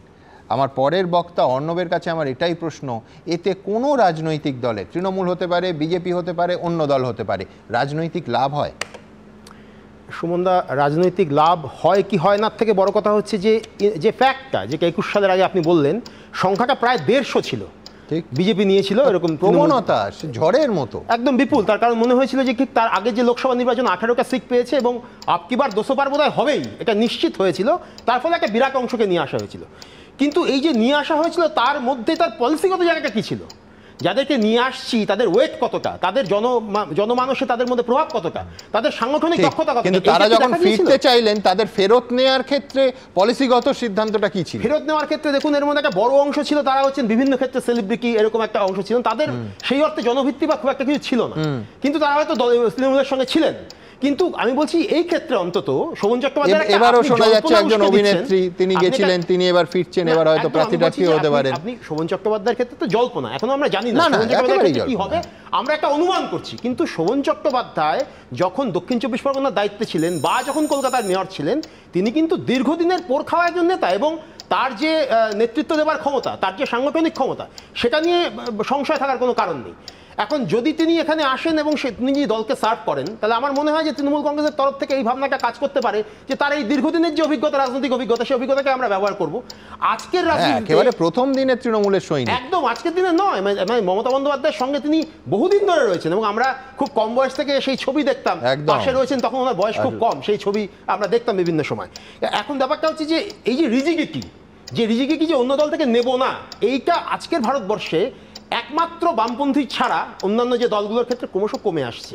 তার একটা বড় কারণ হচ্ছে যে পলিসির ক্ষেত্রে, সেটা ইকোনমিক পলিসি বলুন বা অন্যান্য ক্ষেত্রে, খুব বড় কোনো ফারাক যদি না থাকে, তাহলে দুটো দলের মধ্যে খুব একটা ফারাক থাকছে না। কারণ মোটামুটিভাবে যে উন্নয়ন বলুন বা যেভাবে এগোতে হবে, দলটাকে কীভাবে নিয়ে যেতে হবে, মানুষের কাছে পৌঁছতে হবে, এই জায়গায় খুব বেশি ফারাক থাকছে না। তার একটা বড় প্রমাণ তো আজকে আমরা দেখতে পাচ্ছি যে ডিজিটাল যোদ্ধা, যেটা আজকে অভিষেক বন্দ্যোপাধ্যায় লঞ্চ করছেন, এটা কেন এই জায়গায় এটা পরিষ্কার বোঝা যাচ্ছে। আপনি অমিত মালব্যার কথা বললেন, এইখানে দাঁড়িয়ে সুমন, আপনার নিশ্চিত মনে আছে মুর্শিদাবাদ দাঙ্গার সময় আমি ছবিটা এনে দেখিয়েছিলাম যে বিজেপির আইটি সেল থেকে অফিসিয়ালি অন্যান্য শহরে দাঙ্গা হয়েছে সেরকম 6টা শহরকে দেখিয়ে পশ্চিমবঙ্গের দাঙ্গা বলা হয়েছিল, এবং তারপর সেটা ক্ষমা চাওয়া হয়েছিল। মানে এখানেই তারা বলেছিলেন যে ওটা ভুল হয়েছে, এবং তারপর ওটা অফিসিয়ালি তুলে নেয় বিজেপি। তো এই যে একটা প্রচন্ড অ্যাগ্রেসিভলি যে মানে এই যে হোয়াটসঅ্যাপ ইউনিভার্সিটির কথা আপনি বললেন, যে ডিজিটাল মিডিয়া, কিন্তু পাশাপাশি এই উদাহরণটাও দাও যে এই অনুষ্ঠান চলাকালীন কোচবিহারের নেতা পার্থপ্রতিম রায় তিনি গুড়গাঁওয়ে একটা ছবি দেখিয়ে তিনি বলেন, আমার মনে আছে, এবং ওটা একেবারে ওই মুহূর্তে খবরটা এসেছিল, ভুল স্বীকার করেছিলেন। হ্যাঁ, কিন্তু আমি বলছি এরা রাজনৈতিক দল এসব করে থাকে। সত্যি কথা, আজকে যদি এই ডিজিটাল যোদ্ধাটা চালু করা হয় বা যদি এটা লাগু করা হয়, সেক্ষেত্রে রেজিস্ট্যান্সটাই হচ্ছে মুখ্য। তার কারণ হোয়াটসঅ্যাপ ইউনিভার্সিটি বলে আপনি যেটা বললেন, তার মুখ্য উদ্দেশ্য হচ্ছে টোটাল ফলসিফিকেশন অফ হিস্ট্রি। এটা হচ্ছে বিজেপির মূল লক্ষ্য। ইতিহাসকে পাল্টে দাও, যে ইতিহাস আমরা পড়ে এসেছি পুরোটা নাকি ভুল। অর্থাৎ আমাদের এখানে নেহেরু থেকে আরম্ভ করে এই যে যা কিছু ইতিহাস পড়ানো হয়েছে ভারতবর্ষে সবটা ভুল, তাদের মতো করে একটা ইতিহাস লিখতে হবে, রিরাইটিং অফ হিস্ট্রি। এটাকে যদি আটকাতে হয়, কমব্যাক করতে হয়, তাহলে আজকে ডিজিটাল মিডিয়ার মাধ্যমে সেখানে মানুষকে পৌঁছতে হবে, এবং সেখানে দলের কথা পাশাপাশি এটাও আমার মনে হয় বলা উচিত যে সেখানে রুচিবোধটা, সম্ভ্রমটা, বাঙালি সংস্কৃতিটা, সেটা যেন মানে যথেষ্ট জায়গায় থাকে। রাজনৈতিক দলের ক্ষেত্রে, সব দলের ক্ষেত্রে সেটা থাকে না সবসময়। ছবি দিয়ে আপনি দুটো দেখালেন, যে একটা মমতা বন্দ্যোপাধ্যায়ের ক্ষেত্রে বা একটা বিরোধী দলনেতা মাননীয় শুভেন্দু অধিকারীর ক্ষেত্রে একই রকম মানে অন্যায় করা হয়েছে, সায়ন্তিকা ব্যানার্জির ক্ষেত্রে করা হয়েছে, অত্যন্ত কুৎসিত একটা মানে মন্তব্য লিখে করা হয়েছে। এবার আমি যেটা বলছি সুমনদা, সেটা হচ্ছে যে এখন কিন্তু কোনটা ফলস আর কোনটা ফলস নয় দেখার অ্যাপও রয়েছে, এবং একাধিক মানে এরকম চ্যানেলও রয়েছে, যারা যেমন অল্ট নিউজ বলে একটি আছে, তারা এরকম চ্যানেল আছে। কিন্তু আমি বলছি এটা তো গোড়াতে আটকাতে হবে, এটা তো রুচি এবং যখন এই ধরনের জিনিসগুলো আরো বাড়বে, তখন তাকে কমব্যাক করার মতন পরিসরও কিন্তু আবার তৈরি হয়ে যাবে। সুতরাং যখনই কোনো ভুল হবে, সেই ভুলটা সেটা সঙ্গে সঙ্গে অন্য কোনো না কেউ সেটা বার করে দেবে, সেটা ভুল। এক লাইন জবাব। 1 নম্বর কথা হচ্ছে, বিরোধী দলনেতাকে তৃণমূল কংগ্রেসের দায়িত্বপ্রাপ্ত পদাধিকারী শুট আউট এনকাউন্টার করার নিধান দিয়েছেন, ঠিক আছে, এটা আমরা সবাই দেখেছি। আর এই যে ডিজিটাল এটা চালু করেছে, এইগুলো হচ্ছে তারই সমস্ত কিছু, নানান রকমের এই এক্সপেরিমেন্ট। লঞ্চ করার আগে একটা প্রি লঞ্চিং ব্যাপার থাকে, এগুলো হচ্ছে তৃণমূল কংগ্রেসের বাধা ধরা। মুখ্যমন্ত্রীর ক্ষেত্রে সেটা শুনুন, ওরা সব করতে পারে, ওরা কেন করতে পারে না? এটা করেই তো সিম্প্যাথি গুলোকে ক্রিয়েট করতে হবে। দেখো বিজেপি আমাদের দিদিকে কত গালাগালি দিয়েছে, এইভাবে উস্কানি এবং এইভাবে সিম্প্যাথি ক্রিয়েট করা, এগুলো তো টিপিক্যাল একটা ট্রেট। ও যেটা বলছে সেটা কি সত্যি নয়? মানে আমার নেত্রীকে আর আমার নেতা অভিষেক বন্দ্যোপাধ্যায়কে কি নামে অভিহিত করা হয়নি?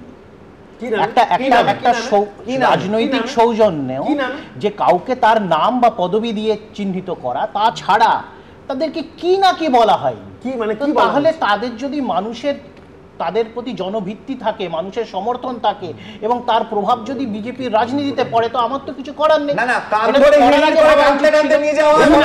আমি একটা জিনিস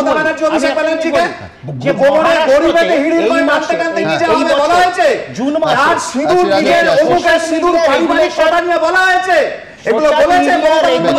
গাইডলাইন্স যেটা রাজ্য সরকার নতুন করে যেটা নোটিফাই করেছে সেখানে যারা রাজ্য সরকারি এমপ্লয়ি তারা সোশ্যাল মিডিয়াতে সরকারের কোনোভাবে বিরোধিতা বা সমালোচনা করতে পারবেন না। বিজেপি সরকার করেছে নিয়মটা। বিশ্বনাথ দা কি বলবে? আমি সরকারি না, আমি সরকারি না।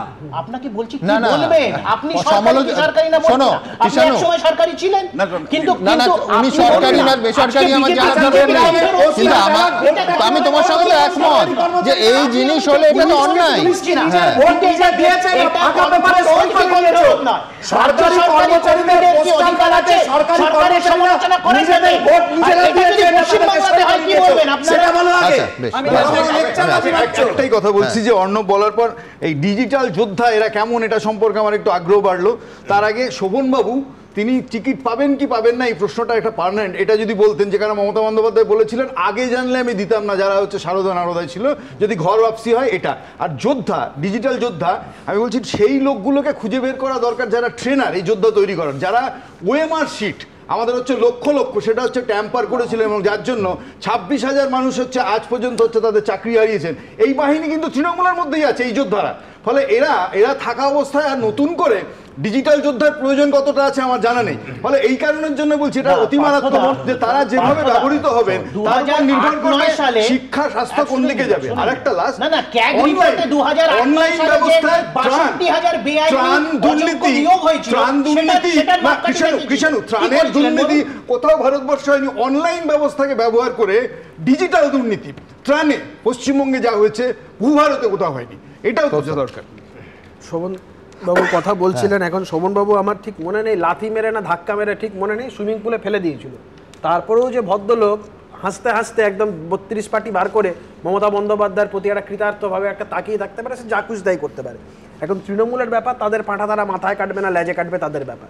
আমি যেটা বলছি সুমনদা সেটা হচ্ছে এই যে এই সেকেন্ড পার্টটা নিয়ে যেটা কথা হচ্ছিল, এই হোয়াটসঅ্যাপ ইউনিভার্সিটি এই সমস্ত ব্যাপার, মমতা বন্দ্যোপাধ্যায় তো হোয়াটসঅ্যাপ ইউনিভার্সিটি ভাইস চ্যান্সেলর নয়, তো তার পক্ষে রাজ্যের আগের মুখ্যমন্ত্রী ফেক ইনফরমেশন ছড়ানো সেটাও খুব ডেঞ্জারাস। তোমার মনে থাকবে হয়তো মুর্শিদাবাদের এই আমি দাঙ্গা বলবো না, ওটা পরিকল্পিতভাবে হিন্দু নিধনযোগ্য হয়েছিল। তারপরে মমতা বন্দ্যোপাধ্যায় স্পষ্টত বলেছিলেন বাইরে থেকে লোক নিয়ে এসে বিজেপি লোক ঢুকে এগুলো করিয়েছে। পরবর্তীকালে হাইকোর্টে মামলা ছিল, হাইকোর্টে মামলা হয়েছিল, একটা স্পেশাল ইনভেস্টিগেশন টিম করা হয়েছিল, তার রিপোর্টে স্পষ্টত প্রত্যেক কটা মানুষের যাদের নাম এসেছে যারা লোকাল, তার মধ্যে একজনও হিন্দু না। মমতা বন্দ্যোপাধ্যায় যে ফেক ইনফরমেশন ছড়াচ্ছে, উনি তো ভাইস চ্যান্সেলর নয় হোয়াটসঅ্যাপ ইউনিভার্সিটি, মুখ্যমন্ত্রীর থেকে এই ধরনের ল্যাকাইডিজিক্যাল অ্যাটিটিউড এক্সপেক্টেড না। এই স্পেশাল ইনভেস্টিগেশন টিম তথাকথিত তার কারা ছিল, কি উদ্দেশ্য ছিল, এটা বাংলার মানুষ জেনে গেছে, সবাই জানে এটা কে আছে ভাই, বিরোধী দলের নেতার গাড়ি মানুষ চাপা দিয়ে মেরে দেয়, তারপরে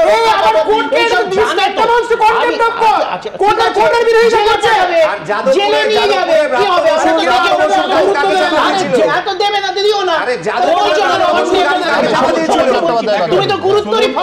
শোভনবাবু অভিষেক বন্দ্যোপাধ্যায়ের সঙ্গে মিটিং করলেন, সেদিনই আমার মনে হয়েছিল যে ওনার ঘর ভাবছি হচ্ছে।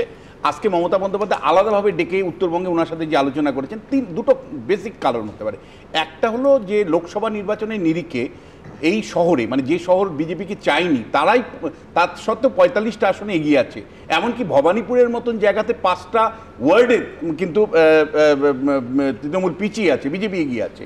ফলে শহরাঞ্চলে বিশেষ করে কলকাতা শহরের মতন জায়গায় যেটা তৃণমূলের গড়, সেখানেও তৃণমূলের একটা বড় ক্ষয় হয়েছিল লোকসভা নির্বাচনে, সেটা পরিষ্কার। ফলে এবং একই সাথে কলকাতা কর্পোরেশনের যে ভূমিকা সেটা বারবার প্রশ্নের মুখে এসছে। সম্প্রতি ঝড় বৃষ্টির সময় আপনি জানেন জল জমাকে কেন্দ্র করে এসছে। ফলে আমার কিন্তু মনে হচ্ছে যে ওনাকে কি সত্যি মেয়র হিসেবে রিপ্লেস করার কথা ভাবছে মমতা বন্দ্যোপাধ্যায়? আর দ্বিতীয় যেটা, পার্থ চট্টোপাধ্যায় জেলবন্দি, তার বেহালা পশ্চিম কেন্দ্রের কিন্তু প্রার্থী কে? তাহলে কি শেষ পর্যন্ত আমরা বেহালা পূর্বতে রত্না আর পশ্চিমে এই মানে শোভনবাবু থাকবেন? তাহলে এই সম্ভাবনা কিন্তু প্রবল, মানে রাজনীতির অঙ্কে কিন্তু শোভনবাবু কাছে আসছেন। বেশ, আমি এইটাই বলতে পারি যে এই দুটো সংশয় বা প্রশ্নের জবাব কৃষাণু দিতে পারবে না, এর উত্তর বা জবাব দিতে পারে একমাত্র মহাকাল, মানে সময়। আমি রবীন্দ্রনাথদার কাছে আসবো, কিন্তু তার আগে দ্রুত আপনাদের দেখাবো যে এই 26-এর ভোটের আগে বিভিন্ন জল্পনা তো পল্লবিত হচ্ছে শহরে, গ্রামে, জেলায় জেলায়। এর ভেতরে কাকে ভোট দেবেন এই মর্মে ফোনে নাকি টেলিফোন আসছে হালি শহরে বাড়ি বাড়ি, এবং কার পাল্লা ভারী সেই দিকে সমীক্ষা চালাচ্ছে শাসক বিরোধী সব পক্ষ। কী অভিযোগ, কী ঘটনা, কতটা জল্পনা দেখুন। 2026-এর বিধানসভা ভোট যুদ্ধে এখনো বেশ কয়েক মাস বাকি, তার আগেই শুরু হয়ে গেছে ডিজিটাল ফাইট। বিজেপি, তৃণমূল থেকে সিপিএম, কংগ্রেস পিছিয়ে থাকতে চাইছে না কেউই। রাহুল গান্ধীর ঘৃণার পরিবর্তে মোহাম্মদ কি দোকান সোশ্যাল মিডিয়ায় সেন্সেশন ছড়িয়েছিল। শুধু রাস্তায় নেমেই নয়, কংগ্রেসের তরফে সোশ্যাল মিডিয়ায় ভোট চুরির বিরুদ্ধে মতামত সংগঠিত করার জন্য প্রচার শুরু হয়েছে। জেনজি ও মিলেনিয়ালের মধ্যে প্রচারের ব্যাপ্তি বাড়াতে ইনস্টাগ্রাম সহ অন্যান্য সামাজিক মাধ্যমে ট্রেন্ডিং মিম, রিলস, স্ট্যাটিক পোস্টের মাধ্যমে প্রতিপক্ষের বক্তব্যের অসঙ্গতি তুলে ধরা হচ্ছে। আমরা মনে করি রোড শোজ দ্য রোড, রাস্তাই রাস্তা দেখায়, এবং কর্মী রাজনৈতিক নেতা যদি রাস্তায় থাকেন তাহলেই মানুষের আসল দুর্দশার কথা তারা জানতে পারেন। আর ডিজিটাল সিস্টেম যদি তাদের সঙ্গে থাকে তাহলে যে রাজনৈতিক রিচ করার যে রাস্তা তা আরো অনেক প্রশস্ত হয়। এরই সঙ্গে বিধানসভা ভোটের আগে থেকেই নিজের ও প্রতিপক্ষের অবস্থা যাচাই করতে সমীক্ষা করাও শুরু করে দিয়েছে রাজনৈতিক দলগুলো। তাদের নিযুক্ত বিভিন্ন সমীক্ষক সংস্থার কর্মীদের ফোন পাচ্ছেন ভোটাররা। 2021-এর বিধানসভা নির্বাচনে কাকে ভোট দিয়েছেন, 2024-এর লোকসভা নির্বাচনে বা কাকে ভোট দিয়েছেন, 2026 সালে বিধানসভা ভোটে কাকে ভোট দেবেন, এরকম নানা প্রশ্ন করা হচ্ছে। তাই নিয়ে তো আবার উত্তর 24 পরগনার হালি শহরে হুলস্থুল বেঁধে গেছে। মাতাবাজি কল্পে সন্তুষ্ট কিনা এটা ওরা জানতে চাইছে, আমি কাকে ভোটটা দিতে চাই বা ভোটটা দেব। ওরা আমাদের ধর্ম চাইছে, আমি কি ধর্ম, আমি কি জাত সেটা জানতে চাইছে। আমাকে পার ডে 4-5 ফোন আসছে আমার কাছে। আপনার নাম কি, আপনি কাকে ভোট দিচ্ছেন, আপনি কোথায় থাকেন, আপনার তোমার জাত কি, আপনি কতদূর পড়াশোনা করেছেন, আপনি কাকে ভোট দেবেন, কিংবা আপনাদের পরিষেবা কিরকম চলছে। তৃণমূল বলছে বিজেপি ফোন করাচ্ছে, আবার বিজেপি বলছে তৃণমূল। এখানে দেখা যাচ্ছে জিজ্ঞেস করছে আপনি কোথায় ভোট দিয়েছেন সেটা ওনাদেরকে জানাতে হবে। অবশ্যই এরা বলছে, লাস্টে গিয়ে বলছে তো সেন্ট্রাল থেকে করানো হচ্ছে ফোন, এবং সেন্ট্রালি একটা সার্ভে করানো হচ্ছে। অবশ্যই বিজেপির কাজ এটা। মানুষের মধ্যে কখনো ভাষার নামে, কখনো ধর্মের নামে, কখনো উত্তরবঙ্গ, দক্ষিণবঙ্গ, কখনো জাতের নামে এইভাবে মানুষকে কীভাবে ভাগ করে ভোটটা করিয়ে দেওয়া যায়, আর 26-এ মাননীয় মুখ্যমন্ত্রীকে আবার যাতে মসনদে বসানো যায়, এই ধরনের কাজ একমাত্র আইপ্যাক করতে পারে। ভোটের বঙ্গে রঙ্গ শুরু হয়ে গেছে। সমীরণ পাল, এবিপি আনন্দ, উত্তর 24 পরগনা। দেখুন কত দ্রুত সব পাল্টে যায়। শিলিগুড়িকে গেটওয়ে টু নর্থ ইস্ট বলা হতো, কার্যত শিলিগুড়ির পরিচয় ছিল বাণিজ্য শহর হিসেবে। সেই বাণিজ্য শহর তো দেখছি এবার মন্দির শহরে পরিণত হবে। একদিকে শিলিগুড়িতে রাজ্যের সব থেকে বড় মহাকাল মন্দির তৈরির কথা ঘোষণা করেছেন মুখ্যমন্ত্রী, অন্যদিকে বিরোধী দলনেতা ঘোষণা করলেন যে ওই শিলিগুড়িতে তিরুপতি মন্দিরের আদলে বালাজি মন্দিরের কাজ শুরু হবে। আমার পরবর্তী বক্তা রবীন্দ্রনাথ দা, আমি বলছি যে ভোটের যুদ্ধর আগে মন্দির যুদ্ধ না শুরু হয়ে যায়। সুমন, আপনি ঠিক বলেছেন। অনুষ্ঠান শুরুর সময়ে আপনি বলেছিলেন যে আমরা সরকারকে কর মন্দির মসজিদ নির্মাণের জন্য দিই না, উন্নয়নের জন্য দিই। আমরা কর দিই যাতে আমাদের ছেলেমেয়েরা রাস্তায় বসে না থাকে একটা চাকরির জন্যে, ভিক্ষা করে, অথচ তাদের কাছে যাওয়ার মতো কোনো সহানুভূতি আমাদের রাজ্য সরকার দেখান না। আমরা কর দিই না, এই কর দিই এই কারণে নয় যে 8207টা স্কুল এই তৃণমূল জমানায় বন্ধ হয়ে যাবে এবং শুধুমাত্র পরিকাঠামোর অভাবে সেখানে ছেলেমেয়েরা আসছে না। এই জন্য আমরা কর দিই এই কারণে যে রাস্তাঘাটগুলো ভালো হবে, যাতে 23 সালে 25 বছরের ওই মেয়েটিকে মরতে না হয়। তার স্বামী একবার অ্যাম্বুলেন্সের কাছে, একবার অটোর কাছে, একবার টোটোর কাছে, একবার গাড়ির কাছে যাচ্ছে, অথচ সবাই বলছে ওই রাস্তায় আমরা যাব না। এবং আলটিমেটলি যখন তাকে নিয়ে যাওয়া হলো তখন হাসপাতাল বলল মেয়েটি মৃত। আমরা দিই মন্দির মসজিদ তৈরি করবার জন্য নয়, আমরা দিই টাকা দিই উন্নয়নের জন্য। অথচ মুখ্যমন্ত্রী মমতা বন্দ্যোপাধ্যায় আজকে শুধু নয়, এর আগে জগন্নাথ ধাম, তারপরে দুর্গা অঙ্গন, আজকে বললেন শিলিগুড়িতে মহাকাল ধাম তৈরি করবেন। আমি বলছি এখানে কোথাও মানুষেরও দায় আছে। আমি বলছি যে মানুষই আবার এই স্লোগানকে ভরসা করে যে আধি রুটি খাएंगे মন্দির वही बनाएंगे, পেল্লায় পেল্লায় মসজিদ তৈরি হয়। আমি বলছি যে কোথাও একটা এটা তো ডিভিডেন্ড দেয় বলে রাজনৈতিক দলগুলো ঝাঁপায়। আমি ওই জায়গাতে আসছি যে কোন জায়গাটায় দেখুন 70 থেকে একটা ক্ষেত্রে আমি মনে করি মমতা বন্দ্যোপাধ্যায়ের আজকের ঘোষণা এক অর্থে বিজেপির জয়। এই অর্থে বিজেপির জয়। বিজেপি হিন্দুত্বের ভিত্তিতে বেশ কিছু হিন্দু মানুষকে কনসলিডেট করতে পেরেছে। পশ্চিমবঙ্গের 16টা জেলা যেখানে হিন্দু মেজরিটি ডমিনেটেড এবং 70 থেকে 75টা আসনে হিন্দুরাই ডিটারমাইন করে, সেই জায়গাতে যাতে তার ভোট কমে না যায় বা তারা যাতে বিজেপির কাছ থেকে বেশ কিছু ভোট ছিনিয়ে নিতে পারেন, সেটার জন্যই মুখ্যমন্ত্রী আজকে বললেন মহাকাল মনে রাখবেন আমাদের শুধু দেবতা নয়, মহাকাল ভুটিয়াদের দেবতা, মহাকাল বৌদ্ধদের দেবতা এবং ওই অঞ্চলে গোর্খারা তারা মহাকালকে মানে। সুতরাং তিনি উড়িষ্যার কাছাকাছি জগন্নাথ ধাম, কলকাতায় দুর্গার অঙ্গন আর মহাকাল ধাম তৈরি করছেন শিলিগুড়িতে। কিন্তু এই গোটা ব্যাপারটাতে কৃষাণু বলছেন ব্যঙ্গ বিদ্রুপ। ব্যঙ্গ বিদ্রুপ কেন করবে? মানুষ তার ক্ষোভের প্রকাশ করছে। যখন বলে দান খয়রাতি, পুজোয় দান খয়রাতির কথা, তখন ব্যঙ্গ বিদ্রুপ নয়, তারা আসলে তাদের ক্ষোভ প্রকাশ করেন যে আমাদের এত কিছু চাই থাকলেও তারা পুজোয় শুধু অনুদান দেওয়া হচ্ছে। আমি একই প্রসঙ্গে এই ব্যাপারে আসবো যে বিজেপিরও দায় এতে কম নয়। তারা আজকে বলছেন যে আজকে কৌস্তব এসে বলছেন সেকুলারিজমের কথা বাণী জড়াচ্ছেন, মধুর বাণী আমাদের মধ্যে পৌঁছে আছেন। রাম মন্দির কাদের ইস্যু ছিল? কার ভিত্তিতে গোটা দেশে আগুন জ্বলেছিল 1992 সালে? সেসব কথা ভুলে গেছেন। সুতরাং দু দলের মধ্যে সব শেষে আসছি বিশ্বনাথ যে কথাটা বললেন যে ধর্মযুদ্ধ, আসলে তো ভোটযুদ্ধ নয়, ধর্মযুদ্ধ শুরু হয়েছে। 1270 সালে শেষ ধর্মযুদ্ধ হয়েছিল, 8th ধর্মযুদ্ধ, এবং সেই ধর্মযুদ্ধে মুসলিম স্টেট বা মুসলিম রাষ্ট্র যাতে আর বিকাশ লাভ না করে তার জন্য খ্রিস্টান ধর্মগুরুরা তারা ধর্মযুদ্ধের কল দিয়েছেন। তাহলে কি সত্যিই মমতা বন্দ্যোপাধ্যায় ধর্মযুদ্ধ শুরু করলেন আবার মুসলিমদের রোধ করবার জন্য? তাহলে কিন্তু বিপদ। এই 2.5 দশক ধরে উনি মুসলিমদের লালন পালন করেছেন তৈরি করবার জন্য। এত হিন্দু মন্দির করলে কিন্তু মুসলিম ভোট আবার সিপিএম কংগ্রেসে না চলে যায়, সেটাও দেখবেন। সেটা আমি মুখ্যমন্ত্রীকে জ্ঞান দিতে পারি না, কিন্তু বিশ্লেষক হিসেবে বলতে পারি মুসলিমরাও কিন্তু এটা ভালোভাবে নিচ্ছে না। ধন্যবাদ রবীন্দ্রনাথ দা। 1270-এর কথা বলছিলেন, এটা হচ্ছে 2025।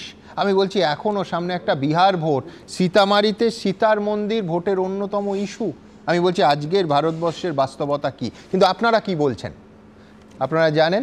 এই মুহূর্তে Facebook, YouTube, x, Insta, thread সব জায়গায় আপনারা মন্তব্য পাঠাতে পারেন। দ্রুত একটা মন্তব্য নিয়ে নেব। শর্মিষ্ঠা দত্ত তিনি লিখছেন, একের পর এক মন্দির হবে কিন্তু রাজ্যবাসীর কর্মসংস্থান হবে কি? সোহম চট্টোপাধ্যায় লিখছেন, বিজেপি যে ধর্মের রাজনীতি আমদানি করেছে তা এগিয়ে নিয়ে যাচ্ছে তৃণমূল। বিদ্যুৎ নায়ক লিখছেন, শত বিরোধিতা থাকলেও বিজেপি মন্দিরের বিরোধিতা করবে না, মুখ্যমন্ত্রী এটা জানেন। গৌতম বাগুই লিখছেন, জগন্নাথ মন্দির অথবা মহাকাল মন্দির গড়া সরকারের কাজ নয়, শিক্ষার প্রসারে ভূমিকা নিতে হবে।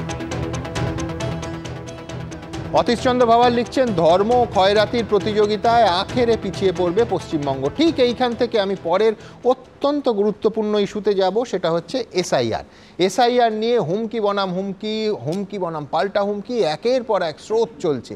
ঠিক কী অবস্থা? এবং আমার এই পর্বে এক্সক্লুসিভ রিপোর্ট থাকবে যে ধরুন শেষ এসআইআর এবং এখন যে ম্যাপিংয়ের কাজ শুরু হয়েছে, জেলায় জেলায় ফারাক কতটা, সত্যি 40 থেকে 50% ফারাক কি স্বাভাবিক? এই মূল প্রশ্নে আসবো, কিন্তু তার আগে এসআইআর নিয়ে কতটা তাত পশ্চিমবঙ্গ আগে দেখাবো। সেন্ট্রাল বাহিনী নামলে করে কিন্তু গুলি চলবে। বাপের বেটা যদি থাকে সুকান্ত মজুমদার, কলকাতায় একটা গুলি চালাও, দেখবো কত বড় ক্ষমতা আছে। আমরা এসআইআর রুখবো, একটা বৈধ ভোটারের নাম যদি বাদ যায় তাহলে আগুন জ্বলবে, রক্ত গঙ্গা বইয়ে দেবো বাংলা জুড়ে। পশ্চিমবঙ্গে ভোটার তালিকার বিশেষ সংশোধন শুরু হয়ে যাবে যে কোনো দিন, তবে তার আগেই শুরু হয়ে গেছে তা নিয়ে রাজনৈতিক হুমকি পাল্টা হুমকি। ব্যারাকপুরের তৃণমূল সাংসদ পার্থ ভৌমিক, বরানগরের তৃণমূল বিধায়ক সায়ন্তিকা বন্দ্যোপাধ্যায়, বীরভূমের তৃণমূল নেতা অনুব্রত মণ্ডল, ধনেখালির তৃণমূল বিধায়ক অসীমা পাত্র, সেচ প্রতিমন্ত্রী সাবিনা ইয়াসমিনের পর এবার এসআইআর নিয়ে সুর চড়ালেন আরেক তৃণমূল বিধায়ক তাজমুল হোসেন। পুরো যদি আমাদের যারা যে কোনো একটা ভোটার, যারা যে ভোটার তালিকা থেকে একজনকে যদি বাদ করে, তাহলে আমাদের এই হরিশ্চন্দ্রপুরের সমস্ত লোক এবং আমরা হরিশ্চন্দ্রপুরকে লন্ডভন্ড করে দেব। এসআইআর নিয়ে তৃণমূলের নেতা মন্ত্রীদের হুমকির স্রোত বইতেই পাল্টা হুঁশিয়ারি দিয়েছেন বিজেপির প্রাক্তন রাজ্য সভাপতি। আর কত লন্ডভন্ড করতে পারেন আমরা দেখব। তৃণমূলের নেতাদের কথায় রাস্তায় নামবেন না, রাস্তায় নামলে সেন্ট্রাল বাহিনী নামবে, যেরকম মুর্শিদাবাদে নেমেছিল। যদি ভ্যান্ডালিজম করেন, দোকান ঘর পোড়ান, বাড়িতে আক্রমণ করেন, তৃণমূলের কোন নেতার ছেলের জীবন যাবে না। সেন্ট্রাল বাহিনী নামলে করে কিন্তু গুলি চলবে, আপনার বাড়ির লোকেটার গুলি লাগবে। সুকান্ত মজুমদার কি বললেন? এসআইআর এ বাধা দিলে নাকি গুলি চলবে। বাপের বেটা যদি থাকে সুকান্ত মজুমদার, কলকাতায় একটা গুলি চালাও, দেখবো কত বড় ক্ষমতা আছে ভারতের জনতা পার্টির। সুকান্ত মজুমদারের গুলি চলবে, আমরা দেখতে চাই। এদিকে সূত্রের খবর, এসআইআর নিয়ে বড়সড় আন্দোলনে নামছে তৃণমূল। নভেম্বরের শুরুতেই কলকাতায় বড় সভা করতে পারে শাসক দল। সভায় থাকবেন অভিষেক বন্দ্যোপাধ্যায়, আমন্ত্রণ জানানো হয়েছে মমতা বন্দ্যোপাধ্যায়কেও। এর মধ্যেই পাল্টা হুঁশিয়ারি দিয়েছেন শুভেন্দু অধিকারী। এসআইআর এর সেমিফাইনালেই পিসি এবং ভাইপো ভোট আড্ডা বলছে 2 তারিখ থেকে মিছিল করব, করুন মিছিল, আমরাও পাল্টা মিছিল করব। No SIR, no election. SIR করতে দেবেন না, ভোটার লিস্ট তৈরি হবে না। ভোটার লিস্ট তৈরি না হলে ভোট হবে না। ভোট না হলে 4 মে 2026-এর রাত্রি 12টার পরে রাষ্ট্রপতির শাসন হবে। এদিকে রাজ্যে এসআইআর শুরু হওয়ার আগে হুমকি হুঁশিয়ারির আবহেই এবার চাঞ্চল্যকর অভিযোগ করলেন শুভেন্দু অধিকারী। এক্স হ্যান্ডেলে একটি ভিডিও পোস্ট করে তিনি অভিযোগ করেছেন, পশ্চিম মেদিনীপুরের তৃণমূল নেতা দেবাশিস চৌধুরী বিজয়া সম্মিলনীতে নাম ধরে ধরে বুথ লেভেল অফিসারদের পরিচয় করাচ্ছেন। और जो बीएलओ को बुलाया आपसे परिचय करा देने के लिए, क्योंकि हर एक वार्ड का एक बूथ लेवल ऑफिसर है। फिर से मैं इनका परिचय आपके साथ करवा दे रहा हूं। এরই মধ্যে এদিন বিএলওদের জন্য কেন্দ্রীয় নিরাপত্তা চেয়ে নির্বাচন কমিশনের অফিসের সামনে বিক্ষোভ দেখায় সংগ্রামী যৌথ মঞ্চ। ঋত্বিক প্রধান, রাজা চট্টোপাধ্যায়, রুমা পালের রিপোর্ট, এবিপি আনন্দ। দেখুন, সোজা কথা, এসআইআর এর ভবিষ্যৎ কি? হুমকির পাল্টা হুমকি। এসআইআর এখনো শুরুই হলো না। একদল বলছে যে একটা নাম বাদ গেলে ফল ভুগতে হবে, লণ্ডভণ্ড হয়ে যাবে। আরেক দল বলছে এসআইআর না হলে রাষ্ট্রপতি শাসন জারি হবে। কেউ বলছেন বেঁধে রাখবো, কেউ বলছেন আটকে রাখবো, কেউ বলছেন লণ্ডভণ্ড করে দেবো। কি হবে শেষ পর্যন্ত? কিষাণকে দিয়ে শুরু করি। দেখুন, প্রথম কথা হচ্ছে যে এসআইআর এর যতদূর আমি বুঝেছি যে তার একটা পূর্ব শর্ত আছে। সেই পূর্ব শর্ত হলো যে এসআইআর এর আগে একটা সেন্সাস হয়। এই ক্ষেত্রে যখন সেন্সাস নেই, তারপর যদি কেন্দ্রের শাসক দল এবং কিভাবে তারা নির্বাচন কমিশন নিয়োগ করেছে সেটা সারা দেশ জানে, আমরা সকলেই জানি। তো তারপরে সেন্সাসবিহীন অবস্থায় যখন তাদের নেতারা বলে 2 কোটি মানুষকে বাদ দেব, 1.5 কোটি মানুষকে বাদ দেব, 1,20,00,000কে বাদ দেব, এবং তারা যে সে লোক নয়, দলের নেতা এবং কেন্দ্রীয় মন্ত্রী, মোদির সাথে সকাল বিকেল তারা কথাবার্তা বলে, তো তখন মানুষের মনে একটা সন্দেহর দানা বাঁধে। এবং বলে রাখি, ভারতবর্ষের আরো হিংসা ছড়াবে না তো? মানে আমাদের রাজ্যে তো ভোটের দিনে হিংসা দেখেছি, এসআইআর এ হিংসা দেখব না তো? যে আমাদের পশ্চিমবাংলা ভারতবর্ষের আরো বাকি 28টা রাজ্যের মতো নয়। আমাদের একটা দেশভাগের একটা লেগাসি বা ব্ল্যাক লেগাসি আছে। সুতরাং এইখানে না, পাঞ্জাবে পপুলেশন এক্সচেঞ্জ হয়েছিল, আমাদের এখানে হয়নি। তো এবার আমরা চাই না যে কোনো বৈধ ভোটার, তার কারণ হচ্ছে পাশে বিহার, বিহারে দেখছি এত চেঁচামেচি করে ফরেনার পাওয়া গেছে, কখনো কেউ বলছে 12, কেউ বলছে 40, ধরে নিলাম 40। তাহলে যদি এই 40 জনের জন্য একটা 8-10 কোটি মানুষকে এইভাবে মানে লাইনে দাঁড় করা হয়, যেভাবে আমরা নোটবন্দি দেখেছি বা বাকি জায়গায়, তখন মানুষ লাইনে দাঁড়ানো নেই। আমি তুমি যেটা বললে যে জনশুনানি হয়নি বলে এসআইআর হবে না, সুপ্রিম কোর্টও এই কথা বলেনি। আমি বলছি সুপ্রিম কোর্টের ওপর আমি যদি just going by supreme court rules. হ্যাঁ সুমন দা, এই যে একটু আগে যে ডিজিটাল যোদ্ধার কথা বললে, এটা হচ্ছে ডিজিটাল যোদ্ধার লাইভ ডেমনস্ট্রেশন হয়ে গেল, এটাই হচ্ছে ডিজিটাল যোদ্ধা। না, কিন্তু তোমাদের দুটো দলের কাছেই রহস্য। আমার প্রশ্ন থাকবে যে এই আমি লাঠালাঠি রক্তারক্তি হয়, এসআইআর নিয়ে আবার একটা পর্ব শুরু হয়ে যাবে। আমি বলে দিচ্ছি তোমাকে পূর্ব শর্ত। কৃষ্ণদা বলেন পূর্ব শর্ত একটাই, 2002 সালের এসআইআর এর লিস্টে আপনার নাম আছে, উত্তর হ্যাঁ অথবা না। হ্যাঁ আছে, লেটা চুকে গেল, না নেই কারণ আপনার ওই সময় 18 বছর বয়স হয়নি, তাই জন্য নেই।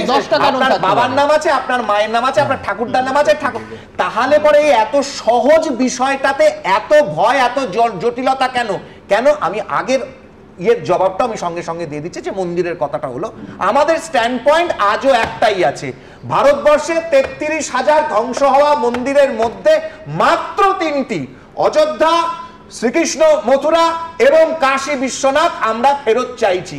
এর বাইরে আমরা আর কিছু চাইনি, সেটা তখনও ছিল, এখনো আছে। আমি তো এটা প্রথম শুনলাম। আমার ভালো লাগতো এটা শুনলে যে ভারতবর্ষে যারা অভুক্ত অবস্থায় রাতে ঘুমোতে যায় প্রত্যেকের ভরপেট খাবার চাইছি, সোজা কথা। আমার কথা হচ্ছে যে এই যে এতগুলো এসআইআর নিয়ে বলল, এসআইআর এর প্রথম জিনিস হচ্ছে যে পাশের রাজ্যতে যে এসআইআর দেখছি সেই এসআইআর এর পর ফরেনারের তথ্য দিলাম এবং বর্তমান লিস্টে দেখা যাচ্ছে 14 লক্ষ মানুষ যাদের সরাসরি নজরদারিতে কিষাণু আমি একদম সরাসরি আধার কার্ড মানে বৈধতা অবধি সুপ্রিম কোর্ট এনশিওর করেছে, তো তাতে আপত্তি কেন? প্রথম কথা হচ্ছে আমি আবার বলছি 2002 এর পর আমরা জানি ওপার বাংলাতে কতবার সেখানকার সংখ্যালঘুরা নিগৃহীত হয়েছে এবং তারপরে 2004 সালে 2008 সালের ইতিহাস আমরা জানি। তো এইবার এগুলো কি আজকে মান তাহলে সিএর বিরোধিতা করছো কেন? এগুলো যদি মানো তাহলে সিএর বিরোধিতা করছো কেন? তাহলে 1.5 কোটি অবৈধ ভোটার কার্ড কি ভাই রেশন কার্ড বাদ গেল কি করে? আধারের লিংকিং এর সঙ্গে আরে কি বলছো কিষাণদা? ভেবে বলো, ভেবে নিয়ে বলো, এসব এত কথা বলে লাভ নেই। কোনো বললি ভুদর করে চাপে যাচ্ছে। শুনে না, কথা হলো সিএ এর বিরোধিতা আমরা তখনও করেছিলাম, আজকেও করছি। তার কারণ হচ্ছে তার কারণ হচ্ছে সিএ তে যদি পূর্ব বাংলার নিপীড়িত মানুষ তার নিয়ম অনুসারে নাগরিকত্ব পেত, তাহলে বিজেপি পরিসংখ্যানটা দিক না যে এত ক্যাম্প তো করলো 2024-এর আগে এত ক্যাম্প করেছে মতুয়া মানুষদের, আজকে ঠাকুরনগরে, আজকে কুচবিহারে এত ক্যাম্প করে কত মানুষকে ওরা সিএ তে নাগরিকত্ব দিয়েছে। সম্ভব নয়, এটা বিজেপির জমিদার নিয়ম। তাহলে সেই মানুষগুলো কোথায় গেল? তাহলে সেই মানুষগুলো কোথায় গেল? যদি 2024 পাবে না এত কথা বলে বাঙালি প্রত্যেকের কাছে আসবে। কিন্তু আমি বলছি যে আমি এই তর্ক এখান থেকে বেশ একটা বাক্য তুলে নিলে, একটা বাক্য, সেটা হচ্ছে এত মানুষ কোথায় গেল। আমি কেন বলছি এত মানুষ কোথায় গেল? 2002 এবং 25-এর আপনারা প্রত্যেকে জানেন ম্যাপিংয়ের কাজ প্রায় শেষ। নামের তালিকায় কি এত বদল সম্ভব? মানে আমি বলছি এতটা পরিবর্তন কীরকম? 2002 আর 25-এর তফাৎটা আলিপুরদুয়ারে ধরুন ম্যাচ করেনি, নাম তো ম্যাচ করাতে হয় 2-এর সঙ্গে 25, এবং নানা কারণে তাতে খুব স্বাভাবিকভাবে কেউ মারা গেছেন, বাড়ি বদল করেছেন, কিন্তু জেলায় জেলায় 50% বা তার কাছাকাছি বদল কি খুব স্বাভাবিক? আলিপুরদুয়ারে ম্যাচ করেনি 47%, মালদায় ম্যাচ করেননি 46%, উত্তর কলকাতায় 45%, ঝাড়গ্রামে 49%। এটা কি স্বাভাবিক? আমরা জানি না, আমি বিশেষজ্ঞ নই, কিন্তু এই বড় পরিসংখ্যানগুলো পরের প্রতিবেদনে আপনাদের সামনে রাখবো। बिहार में 40 लाखों का ज्यादा आदमी को नाम निकाल दिया और बंगाल में भी करने वाला है। अगर करेगा तो घेराव कर्मसूची करेंगे, पूरा घेराव होगा। एसआईआर सेमीफाइनाले পিসি এবং ভাইপো ভোট আড্ডা ওই জন্য কানছে চিৎকার করছে এসআইআর করতে দেব না, দম থাকলে আটকে দেখান। যে কোনো দিন এরাজ্যে শুরু হয়ে যেতে পারে ভোটার তালিকার বিশেষ সংশোধন। তা নিয়ে বাকযুদ্ধের পারদ ইতিমধ্যেই সপ্তমে। হুমকি হুঁশিয়ারি চলছে সমান তালে। আর তার মধ্যে এসআইআর এর প্রস্তুতিও কার্যত লাস্ট ল্যাপে। ইতিমধ্যে 7টা জেলায় ম্যাপিংয়ের কাজও শেষ। 2002 সালের সঙ্গে 2025 সালের ভোটার তালিকা মিলিয়ে দেখাই হলো ম্যাপিং। এসআইআর শুরুর আগে এই ম্যাপিং প্রক্রিয়াতেই সবথেকে বেশি গুরুত্ব দিচ্ছে নির্বাচন কমিশন। নির্বাচন কমিশন সূত্রে খবর, আলিপুরদুয়ারে 53%, কালিম্পংয়ে 65%, মালদায় 54%, কলকাতা উত্তরে 55%, পশ্চিম মেদিনীপুরে 62%, ঝাড়গ্রামে 51% এবং পুরুলিয়ায় 61% নাম মিলেছে। অর্থাৎ এই নামগুলো 2002 সালের ভোটার তালিকাতেও ছিল। এরপর এসআইআর শুরু হলে যাঁদের নাম বা যাঁদের মা বাবার নাম 2002 সালের ভোটার তালিকায় মেলেনি তাঁদের নথি দিতে হবে। অনেক জায়গাতে 55% ভোটারের মিল নেই, অর্থাৎ সেই ভোটাররা 2002-এর ভোটার লিস্টে ছিলেন না, তাদের মা বাবাও ছিলেন না। তাহলে এই নামগুলো কোথা থেকে এলো? এই তথ্যই প্রমাণ করে যে এসআইআরটা পশ্চিমবঙ্গের জন্য কতটা জরুরি। শুধু ভোটের নিরিখে নয়, আগামী দিনে পশ্চিমবঙ্গ যে উদ্দেশ্যে তৈরি হয়েছিল সেই উদ্দেশ্য বজায় রাখার জন্য পশ্চিমবঙ্গে এইটা অত্যন্ত জরুরি। নির্বাচন কমিশন সূত্রে খবর, ম্যাপিংয়ে মিলেছে এমন 3,48,00,000 ভোটারের নাম তাদের পোর্টালে অন্তর্ভুক্ত হয়েছে। প্রথম মিথ্যাটা এখানে 2002 সালে কোনো মানুষকে নথি দিতে হয়নি। আপনি যদি 2002-এর ভোটার হয়ে থাকেন, আমি 2002-এ আমিও ভোটার ছিলাম, আমাকে কোনো নথি দিতে হয়নি, কারণ বুথ লেভেল অফিসাররা বাড়িতে বাড়িতে এসে তারা স্ক্রুটিনি করেছিলেন। এবার বুথ লেভেল অফিসাররা স্ক্রুটিনি করবেন না, আপনাকে গিয়ে দেখতে হবে নাম আছে কি না, আপনাকে গিয়ে নথি জমা দিতে হবে। ভাবুন যারা পরিযায়ী শ্রমিক তারা কি করে নথি জমা দেবে? গিয়ে এসআইআর মানে হচ্ছে ভোট চুরির প্রসেস। নানান কারণে 35-40% তো আনম্যাচ করবেই, কি 40-45% তো আনম্যাচ করবেই। এর বাইরেও কোথাও কিছু যদি থাকে ওরা খতিয়ে দেখুক, কিন্তু দেখুক কোনটা। তৃণমূলের ভুতুরে ভোট বাদ গেছে তো যায়নি। আমরা অনেকবার বলেছি নির্বাচন কমিশন করেনি, তৃণমূলকে সাহায্য করেছে। এসআইআর অবশ্যই হবে, কিন্তু যেন মৃত মানুষের এবং ভুতুরে ভোটারের নাম বাদ যায়। প্রাকৃতিক দুর্যোগের কারণে দার্জিলিং এবং জলপাইগুড়ি জেলা ম্যাপিংয়ের কাজে অনেকটা পিছিয়ে। শুক্রবারের মধ্যে কাজ শেষ করে এ সপ্তাহের মধ্যেই ওয়েবসাইটে তথ্য আপলোড করতে নির্দেশ দিয়েছে কমিশন। রুমা পাল, বিজেন্দ্র সিংহ ও প্রকাশ সিনহার রিপোর্ট, এবিপি আনন্দ। দেখুন, এই টানাপোড়েন, এই হুমকি পাল্টা হুমকিতে বিএলওরা নিরাপত্তাহীনতায় ভুগছেন। আজকে তারা কেন্দ্রীয় বাহিনীর দাবি করেছেন, সেটাই স্বাভাবিক। আমি বলছি ভোট তো পরে, বিশ্বনাথ দা, এসআইআর নিয়েই আবার রক্তারক্তি বেঁধে যাবে না তো? আশঙ্কা সেইখানে তো। দেখুন সুমনদা, ভোটের আগেই ভোট আমি বলছি, এসআইআরকে আমি বলছি এবার কিন্তু নির্বাচনের পর্যন্ত আপনাকে এগোতে হবে না। এসআইআর হলোই একটা ভোট, মানে এসআইআর এর প্রকৃতি দেখে আপনি বলতে পারবেন কোন দল জিতবে কোন দল হারবে, পরিষ্কার কথা। কেন আমি বলছি এই কথাটা, তার কারণটা হলো যে শেষ পর্যন্ত এসআইআর হবে তো, মানে আমার ব্যক্তিগত অ্যাসেসমেন্ট আপনার স্টুডিওতে আমি বলেছি যে পশ্চিমবাংলায় কোনো প্রশাসনিক কাজ হয় না। সেটা মানে স্কুল সার্ভিস কমিশনের পরীক্ষা হতে পারে, সেটা কৃষি দপ্তরে কোনো কাজ হতে পারে, পৌরসভা দপ্তরে কাজ হতে পারে। পশ্চিমবাংলাতে প্রশাসনের যে কাজকর্ম নর্মালভাবে হওয়ার কথা হয় না, কারণ এখানে রাজনৈতিক তরজা তৈরি হয়ে যায়। একদিকে একজন বলবে 1 কোটি ভোটারকে বাদ দিতে হবে, তো আরেকজন বলবে যে একজন ভোটারও যদি বাদ যায় তাহলে আমরা মানে লন্ডভন্ড করে দিব। ফলে দিনের শেষে আমি আপনাকে বলছি, এখানে ইলেকশন কমিশন কিন্তু আপনি দেখবেন যে এফআইআর কিন্তু করতে পারেনি, শেষ বিচারে কিন্তু একটা মধ্যপন্থা নিয়েছে। এই মধ্যপন্থা যদি নেয় তাহলে অ্যাডভান্টেজ তৃণমূল কংগ্রেসের। আর যদি সত্যি বলতে কি, পশ্চিমবাংলার যা অবস্থা, মমতা বন্দ্যোপাধ্যায় যে অভিযোগটা বাম আমলে করতেন, আজও আমি বলছি ওই অভিযোগটা সত্যতা আছে, যে পশ্চিমবাংলা মৃত ভোটার, ডবল এন্ট্রি বা ট্রিপল এন্ট্রি ভোটার এবং মানে মানে অবৈধ ভোটার, এইটা যদি ধরি তাহলে এটা প্রায় 80 লাখের কাছাকাছি আছে। এই ভোটারটা বাদ দিলে অঙ্ক কোন দিকে যাবে আপনিও জানেন না, আমিও জানি না। কিন্তু সব শেষে আমি একটা কথা বলবো, এই তৃণমূলের নেতারা বারবার করে বলছেন না যে আমরা মানে দেখে দিব, আমরা দরকার মানে ঘেরাও করব। যদি রাজনৈতিক অস্থিরতা তৈরি হয় তাহলে কিন্তু অ্যাডভান্টেজটা বিজেপি পাবে। কেন আমি বলছি, এই বিজেপির যে অর্গানাইজেশনাল স্ট্রেংথ, তাতে বিজেপি 60% বুথের বাইরে তার কোনো অস্তিত্বই নেই। ফলে এসআইআর হলো না হলো তাতে কিছু যায় আসে না। কিন্তু যদি এই তৃণমূল কংগ্রেসের নেতাদের যদি চরমপন্থা একটা অবস্থান থাকে, ঘেরাও করব, মানে আমরা লন্ডভন্ড করে দেবো, এই অবস্থান থাকে, তাহলে এটা কিন্তু শেষ পর্যন্ত কিন্তু ইলেকশন কমিশন যদি কঠোর অবস্থান নেয় তাহলে কিন্তু রাষ্ট্রপতি শাসন জারির দিকে যেতে পারে। কেন? ইলেকশন কমিশন বলবে আমি যদি একটা বৈধ ভোটার তালিকাই তৈরি করতে না পারি, মানে ভোটার লিস্টই তৈরি করতে না পারি, কিসের ভিত্তিতে নির্বাচন করব? এইটা কিন্তু জম্মু কাশ্মীরে হয়েছে, এটা আসামে হয়েছে। মমতা বন্দ্যোপাধ্যায় কি সত্যি মানে প্রেসিডেন্ট ইলেকশন, প্রেসিডেন্ট রুল বা রাষ্ট্রপতি শাসনের দিকে দলকে নিয়ে যাবেন, নাকি দলকে সুষ্ঠুভাবে পরিচালনা করে এসআইআর থেকে উত্তীর্ণ হবেন?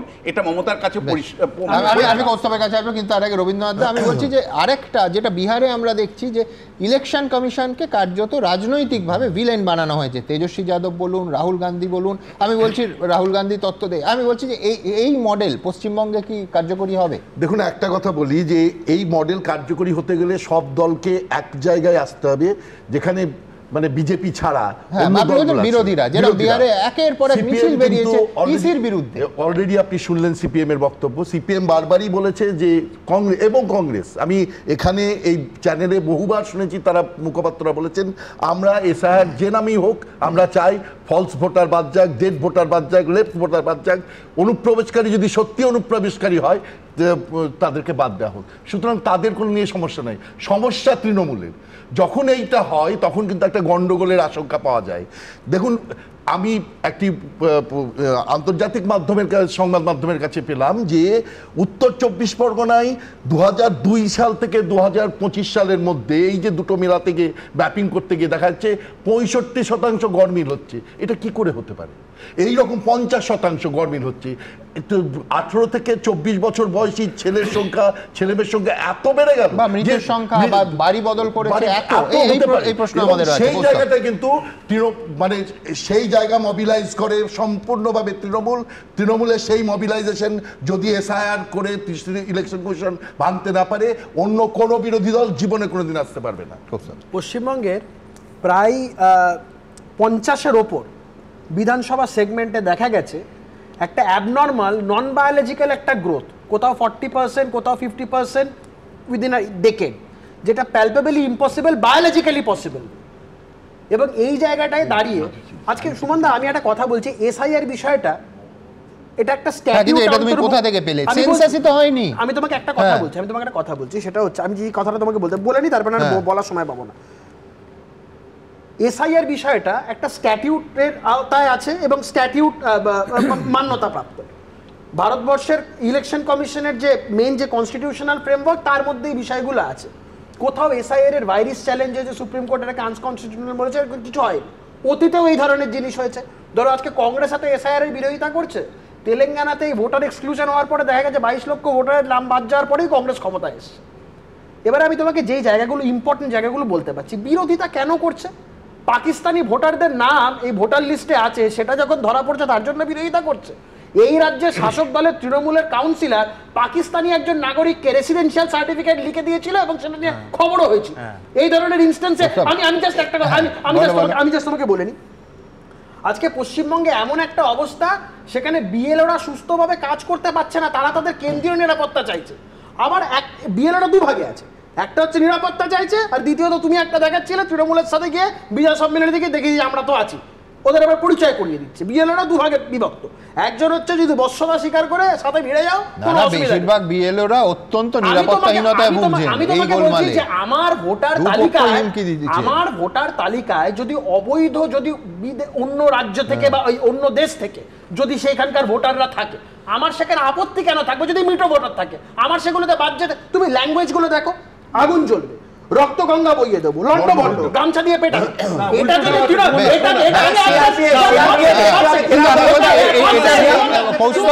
হ্যাঁ বলো, তুমি বলো। বিদেশি বলো না, তো বিদেশি বলো না, কেন বলো না বিদেশি? বিদেশি আছে মুসলমান, আমার প্রশ্ন যে সব নেতা মুসলিমদেরকে বাদ দিতে হবে, কেন মুসলিম সমাজকে টার্গেট করবে? আমি বলছি তৃণমূলের যখন এটা ভাষণ শৈলীটা যখন এরকমই, ওই আগুন জ্বলবে, গামছা দিয়ে পেটানো, এটা বুঝে নিতে হবে যে রণনীতিটা কিন্তু সম্পূর্ণভাবে গণতন্ত্রের উপরে ভরসা রেখে নয়, ভয় দেখানোটাই রণনীতি। আমার ধরো সুমন দাই যে বলছে গামছা বেঁধে পেটানো, আমি বলছি এত তোমায় বলতেই হতো না কৌস্তব, যদি 1 সেকেন্ড 2021 সালে জনগণনাটা হতো, 11-র পর 21-এ 10 বছর পরে জনগণনা হলো না কেন? এই প্রশ্ন তো তুলতে হবে।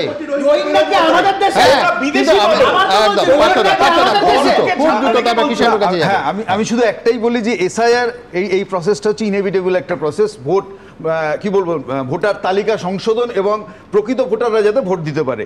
বিতর্কটা তৈরি হচ্ছে যে আসলে এসআইআরটা ব্যবহৃত হচ্ছে আবার সেই ভোটের পোলারাইজেশনের ক্ষেত্রে।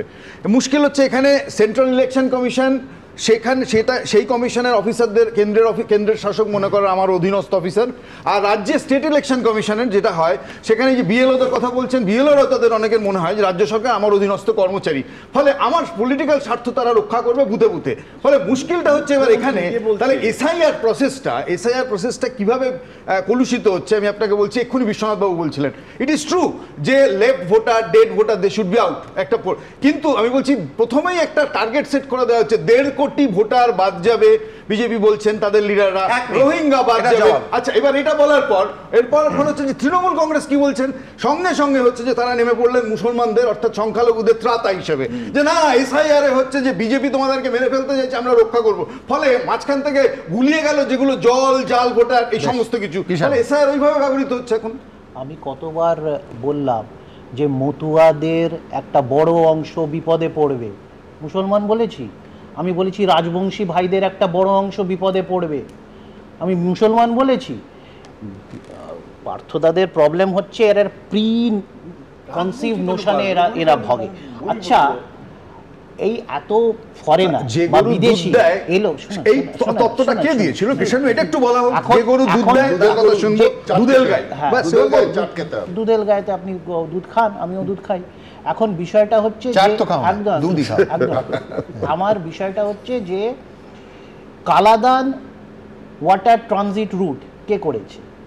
চুক্তিটা কি পশ্চিমবঙ্গ সরকার না তৃণমূল কংগ্রেস সই করেছিল? যে আজকে রোহিঙ্গাদের মেন প্রদেশ থেকে বাংলাদেশকে ডিঙিয়ে আপনি সোজা ভারতে ঢুকে যাবেন, এই ট্রানজিট রুটটা কে করেছিল, কে সইটা করেছিল? আমি বলছি যারা বাংলাদেশ থেকে অবৈধভাবে প্রবেশ করেছে তাদের সবাই রোহিঙ্গা হবে কেন? আমি তো বলিনি, আমি বলছি রোহিঙ্গাদের প্রবেশ করেছে বার্মার রাখাইন প্রদেশ থেকে যে সরাসরি ভারতে ঢোকার যে water transit route, Kaladan route, সেটাকে মান্যতা কে দিয়েছে? সেটাতে সই স্বাক্ষর কে করেছিল? আজকে এইগুলো তো বলতে হবে। বাংলাদেশকে ভারতবর্ষের উদ্বৃত্ত 10,000 একর, আরে বাবা কে করেছিল? আসছে কোথা থেকে? এই ধরনের রোহিঙ্গা সেই নিয়ে আমার বেসিক প্রশ্ন আছে। 1 নম্বর কথা, 2002 সালের এসআইআরে 28 লক্ষ মানুষ বাদ পড়েছিলেন। একদম। মমতা বন্দ্যোপাধ্যায় তখন তার বক্তব্য কি ছিল? সিপিএম এর যত ফ্রড ভোটাররা আছে সবাই বাদ পড়ে গেছে, এবার আমরা একদম হই হই করে জিতে যাব। তারপরে 2004 সালের ভোট হলো। 2005 সালে মমতা বন্দ্যোপাধ্যায় পার্লামেন্টে কাগজ ছুঁড়ে কোট আনতে বলেছিলেন 1.5 কোটি অবৈধ ভোটার আছে। যদি বিজেপির কেউ বলে থাকে তাহলে সে তো মমতা বন্দ্যোপাধ্যায়ের স্টেটমেন্ট ছিল 2005 সালে। তারপরে কি ভারতবর্ষের কোন সরকার, কেন্দ্রীয় সরকার দাবি করতে পারে ইউপিএ 1 ইউপিএ 2 ভারতবর্ষ থেকে বার করা হয়েছে? আমার নেত্রী পার্লামেন্টে আমার নেত্রী পার্লামেন্টে 2002 এ বাদ যাওয়ার পর আপনারা লোকসভায় জিতেছিলেন এবং সেই 235 পেয়েছিলেন 2006 হচ্ছে যে আমার নেত্রীর প্রতিবাদের পর 2005 সাল থেকে 2013 সাল ইউপিএ 1 এবং ইউপিএ 2 বলেছিল হ্যাঁ কি না 2005 সালে রেকর্ড সংখ্যক 88,000 বাংলাদেশি বিদেশি অনুপ্রবেশকারীকে চিহ্নিত করে ইউপিএ সরকার বাংলাদেশে ফেরত পাঠিয়েছে। এখন কেউ নেই, একজন নাই, এটাই তো প্রশ্ন। বর্তমানে 11 বছরের মোদী শাসনে সংখ্যাটা বছরে কখনো 4 কখনো 14, তাহলে তারা পাঠায়নি। সেই জন্য তো আরো বেশি এসআইআর প্রয়োজন। আমি বলছি আরো বেশি করে এসআইআর এই কারণে প্রয়োজন। কিন্তু যাই হোক, আমি দুপক্ষকেই থামালাম। দেখুন, এরপর আমি এমন একটা ইস্যুতে আসবো যেটা আমার আপনার প্রত্যেকের জীবনের সঙ্গে যুক্ত এবং প্রতিদিন আমাদের চোখের সামনে ঘটছে, যেটা আপাতভাবে বেশ কয়েক বছর ঘটছিল না। যখন তখন রাস্তা আটকাচ্ছে পাড়ার দাদা এবং ভাইয়েরা, হাতে বিল, চাঁদা দিতে হবে, শুনলে ভালো, না হলে জুলুমের খাঁড়া। 8 বা 9-এর দশকে আমাদের ছোটবেলায় চাঁদার জুলুম যে কি বস্তু ছিল সেটা ভুক্তভোগী মাত্রই জানেন। কিন্তু সেই রাস্তা আটকে চাঁদা আদায়ের ট্র্যাডিশন 2025-এও এইভাবে ফিরে এলো কেন? জেলা টেলা বাদ দিন, এই কলকাতা শহরের নানা জায়গায় রাস্তা আটকে চাঁদা আদায়ের ঘটনা প্রতিদিন ঘটছে। আর জেলায় সিউড়িতে টোটোতে চেপে সন্তানকে ডাক্তার দেখাতে নিয়ে যাচ্ছিলেন এক সেনা জওয়ান, পথ আটকালো স্থানীয় ক্লাবের সদস্যরা, চাঁদা দিতে রাজি না হওয়ায় রাস্তায় ফেলে বেধড়ক মারধর করা হয় তাকে, এবং রেহাই পায়নি ওই সেনা জওয়ানের স্ত্রীও। এখানেই প্রশ্ন উঠছে, কিভাবে প্রকাশ্যে দিনের পর দিন এই চাঁদার জুলুম চলছে? কি করছে পুলিশ? কাদের নির্দেশে চোখ বন্ধ করে রেখেছে পুলিশ? এই প্রশ্ন বারবার তুলব আমরা। দেখুন, একজন সেনা জওয়ানকে রাস্তায় ফেলে মার, কিল, চড়, লাথি, ঘুষি, বাদ যাচ্ছে না কিছুই। প্রাণপণে তাকে বাঁচানোর চেষ্টা করছেন স্ত্রী। অভিযোগ, চাওয়া মাত্র চাঁদা না দেওয়ায় বীরভূমের সিউড়িতে সেনা জওয়ানকে এইভাবে রাস্তায় ফেলে মারধর করা হয়। আমার ওয়াইফ ছিল, এর গায়েও হাত তুলেছে, ছোট বাচ্চাদেরকে মারার চেষ্টা করেছে। কলকাতা থেকে জেলা কালীপুজোর আগে দিকে দিকে বাড়ছে চাঁদার জুলুম। আর তাই প্রশ্ন উঠছে, পুলিশ কি করছে? রুল অফ ল বা ল এনফোর্সিং এজেন্সি যদি আইনটাকে সঠিকভাবে প্রয়োগ না করতে পারে, তাহলে পুরো রাজ্যটাই তো মগের মুল্লুক হয়ে যাবে। এটা তো তোলাবাজি, এটাকে এক্সটর্শন বলে। 15 থেকে 20টা লোক সকাল থেকে চাঁদা তুলে যাচ্ছে, কেবল আজকে না, বিগত 7 দিন ধরে এবং আগামী 4-5 দিন ধরে তুলবে, আর প্রশাসন জানে না। এটা কি হতে পারে? এটা বিশ্বাসযোগ্য? বীরভূমের দুবরাজপুরের বাসিন্দা গোপীনাথ বল ভারতীয় সেনাবাহিনীর জওয়ান, বর্তমানে কাশ্মীরে কর্মরত। সন্তানের অন্নপ্রাশন উপলক্ষে ছুটি নিয়ে বীরভূমের বাড়িতে এসেছেন। বুধবার সকালে 5 মাসের সন্তানকে নিয়ে সিউড়িতে ডাক্তার দেখাতে যাচ্ছিলেন, সঙ্গে ছিলেন স্ত্রীও। অভিযোগ, সেই সময় টোটো আটকে চাঁদা চান এলাকারই বেশ কয়েকজন। এরা 10-12 জন ছেলে আছে এখানে, চাঁদা আদায় করছিল। আমরা বললাম যে এসে করে দিচ্ছি, এই রাস্তা দিয়ে যাবো। তোরা একজন গাড়ির আগে দাঁড়িয়ে গেল, ওরা না যেতে দেবো না। অভিযোগ, এরপরই টোটো থেকে নামিয়ে মারা হয় জওয়ানকে। সবাই মিলে ওকে ধরে নিয়ে গিয়ে ওখানে ফেলে 10-12 জন মিলে মেরেছে। আমার আঙুলটা নড়ে গেছে, পুরো ব্যথা হয়ে গেছে, ফুলে গেছে আঙুলটা। চাঁদার জুলুমের এই ভয়ঙ্কর ছবি ফের ফিরে এলো কি করে? কড়া হাতে সর্বোচ্চ পরিস্থিতির মোকাবিলা কেন করছে না পুলিশ? ডিসিপ্লিন ফোর্সও চলে তার লিডারের উপর, লিডার যেরকম চালাবে সেরকম চলবে। সাহসটা পাচ্ছে কোথায় সামরিক বাহিনীর লোকেরা, যাদের জন্য আমরা নিরাপদে রয়েছি, দেশের নিরাপত্তা, এরপরে পাথর মারা শেখাবে। বীরভূমের ঘটনায় একজনকে গ্রেফতার করেছে পুলিশ। মুশকিল ব্যাপার হচ্ছে প্রশাসনই এখন রাজপথে চাঁদা তুলতে ব্যস্ত। পুলিশ প্রশাসনেরা টাকা তুলছে, সমাজও দেখছে যদি পুলিশ যদি তুলে তাহলে আমাদেরও তোলা উচিত। যারা এইরকম চাঁদার কাজ করেছে তারা খুব অন্যায় কাজ করেছে। 100, 200, 500, 1000 টাকার জন্য করেছে। বিজেপির মতে চাঁদা তুলতে গেলে 13,000 কোটি টাকা মেরে পালিয়ে যাওয়া উচিত। যেরকম নীরব মোদী, মেহুল চোকসিরা মেরে পালিয়ে যায়। এই ঘটনা অন্যায়, নিন্দনীয়। প্রথম কথা, সেনাবাহিনীর জওয়ান, তার পরিবারের সাথে এটা হয়েছে, অত্যন্ত নিন্দনীয়। এর মধ্যে এদিনই আবার আতশবাজি মামলায় হাইকোর্টের প্রশ্নের মুখে পড়তে হলো সরকারি আইনজীবীকে। কলকাতা হাইকোর্টের বিচারপতি প্রশ্ন তুললেন, বাজিবাজার শুরু হয়ে গিয়েছে, তাদের জন্য কি গাইডলাইন, কি ব্যবস্থা নেওয়া হয়েছে? আপনারা রেজলিউশন নিচ্ছেন আর আপনারাই প্রস্তুত নন। কালীপুজো আগামী সোমবার, শুধু কি কাগজে কলমে? তখন রাজ্য সরকারের আইনজীবী বলেন, 23শে সেপ্টেম্বর গ্রিন বাজি নিয়ে মুখ্য সচিব বৈঠক করেছিলেন, সেই নির্দেশিকা সব জেলাশাসককে পাঠানো হয়েছে। তবে আপাতত বাজি বাজারে বাজি বিক্রিতে কোনো নিষেধাজ্ঞা নেই বলেই জানিয়েছে হাইকোর্ট। মুখ্য সচিবের বৈঠকে পাশ হওয়ার রেজলিউশন অনুযায়ী কি করেছে রাজ্য, রিপোর্ট দিয়ে তা জানাতে হবে। ভাস্কর মুখোপাধ্যায়, সৌমিত্র রায় ও সৌভিক মজুমদারের রিপোর্ট, এবিপি আনন্দ।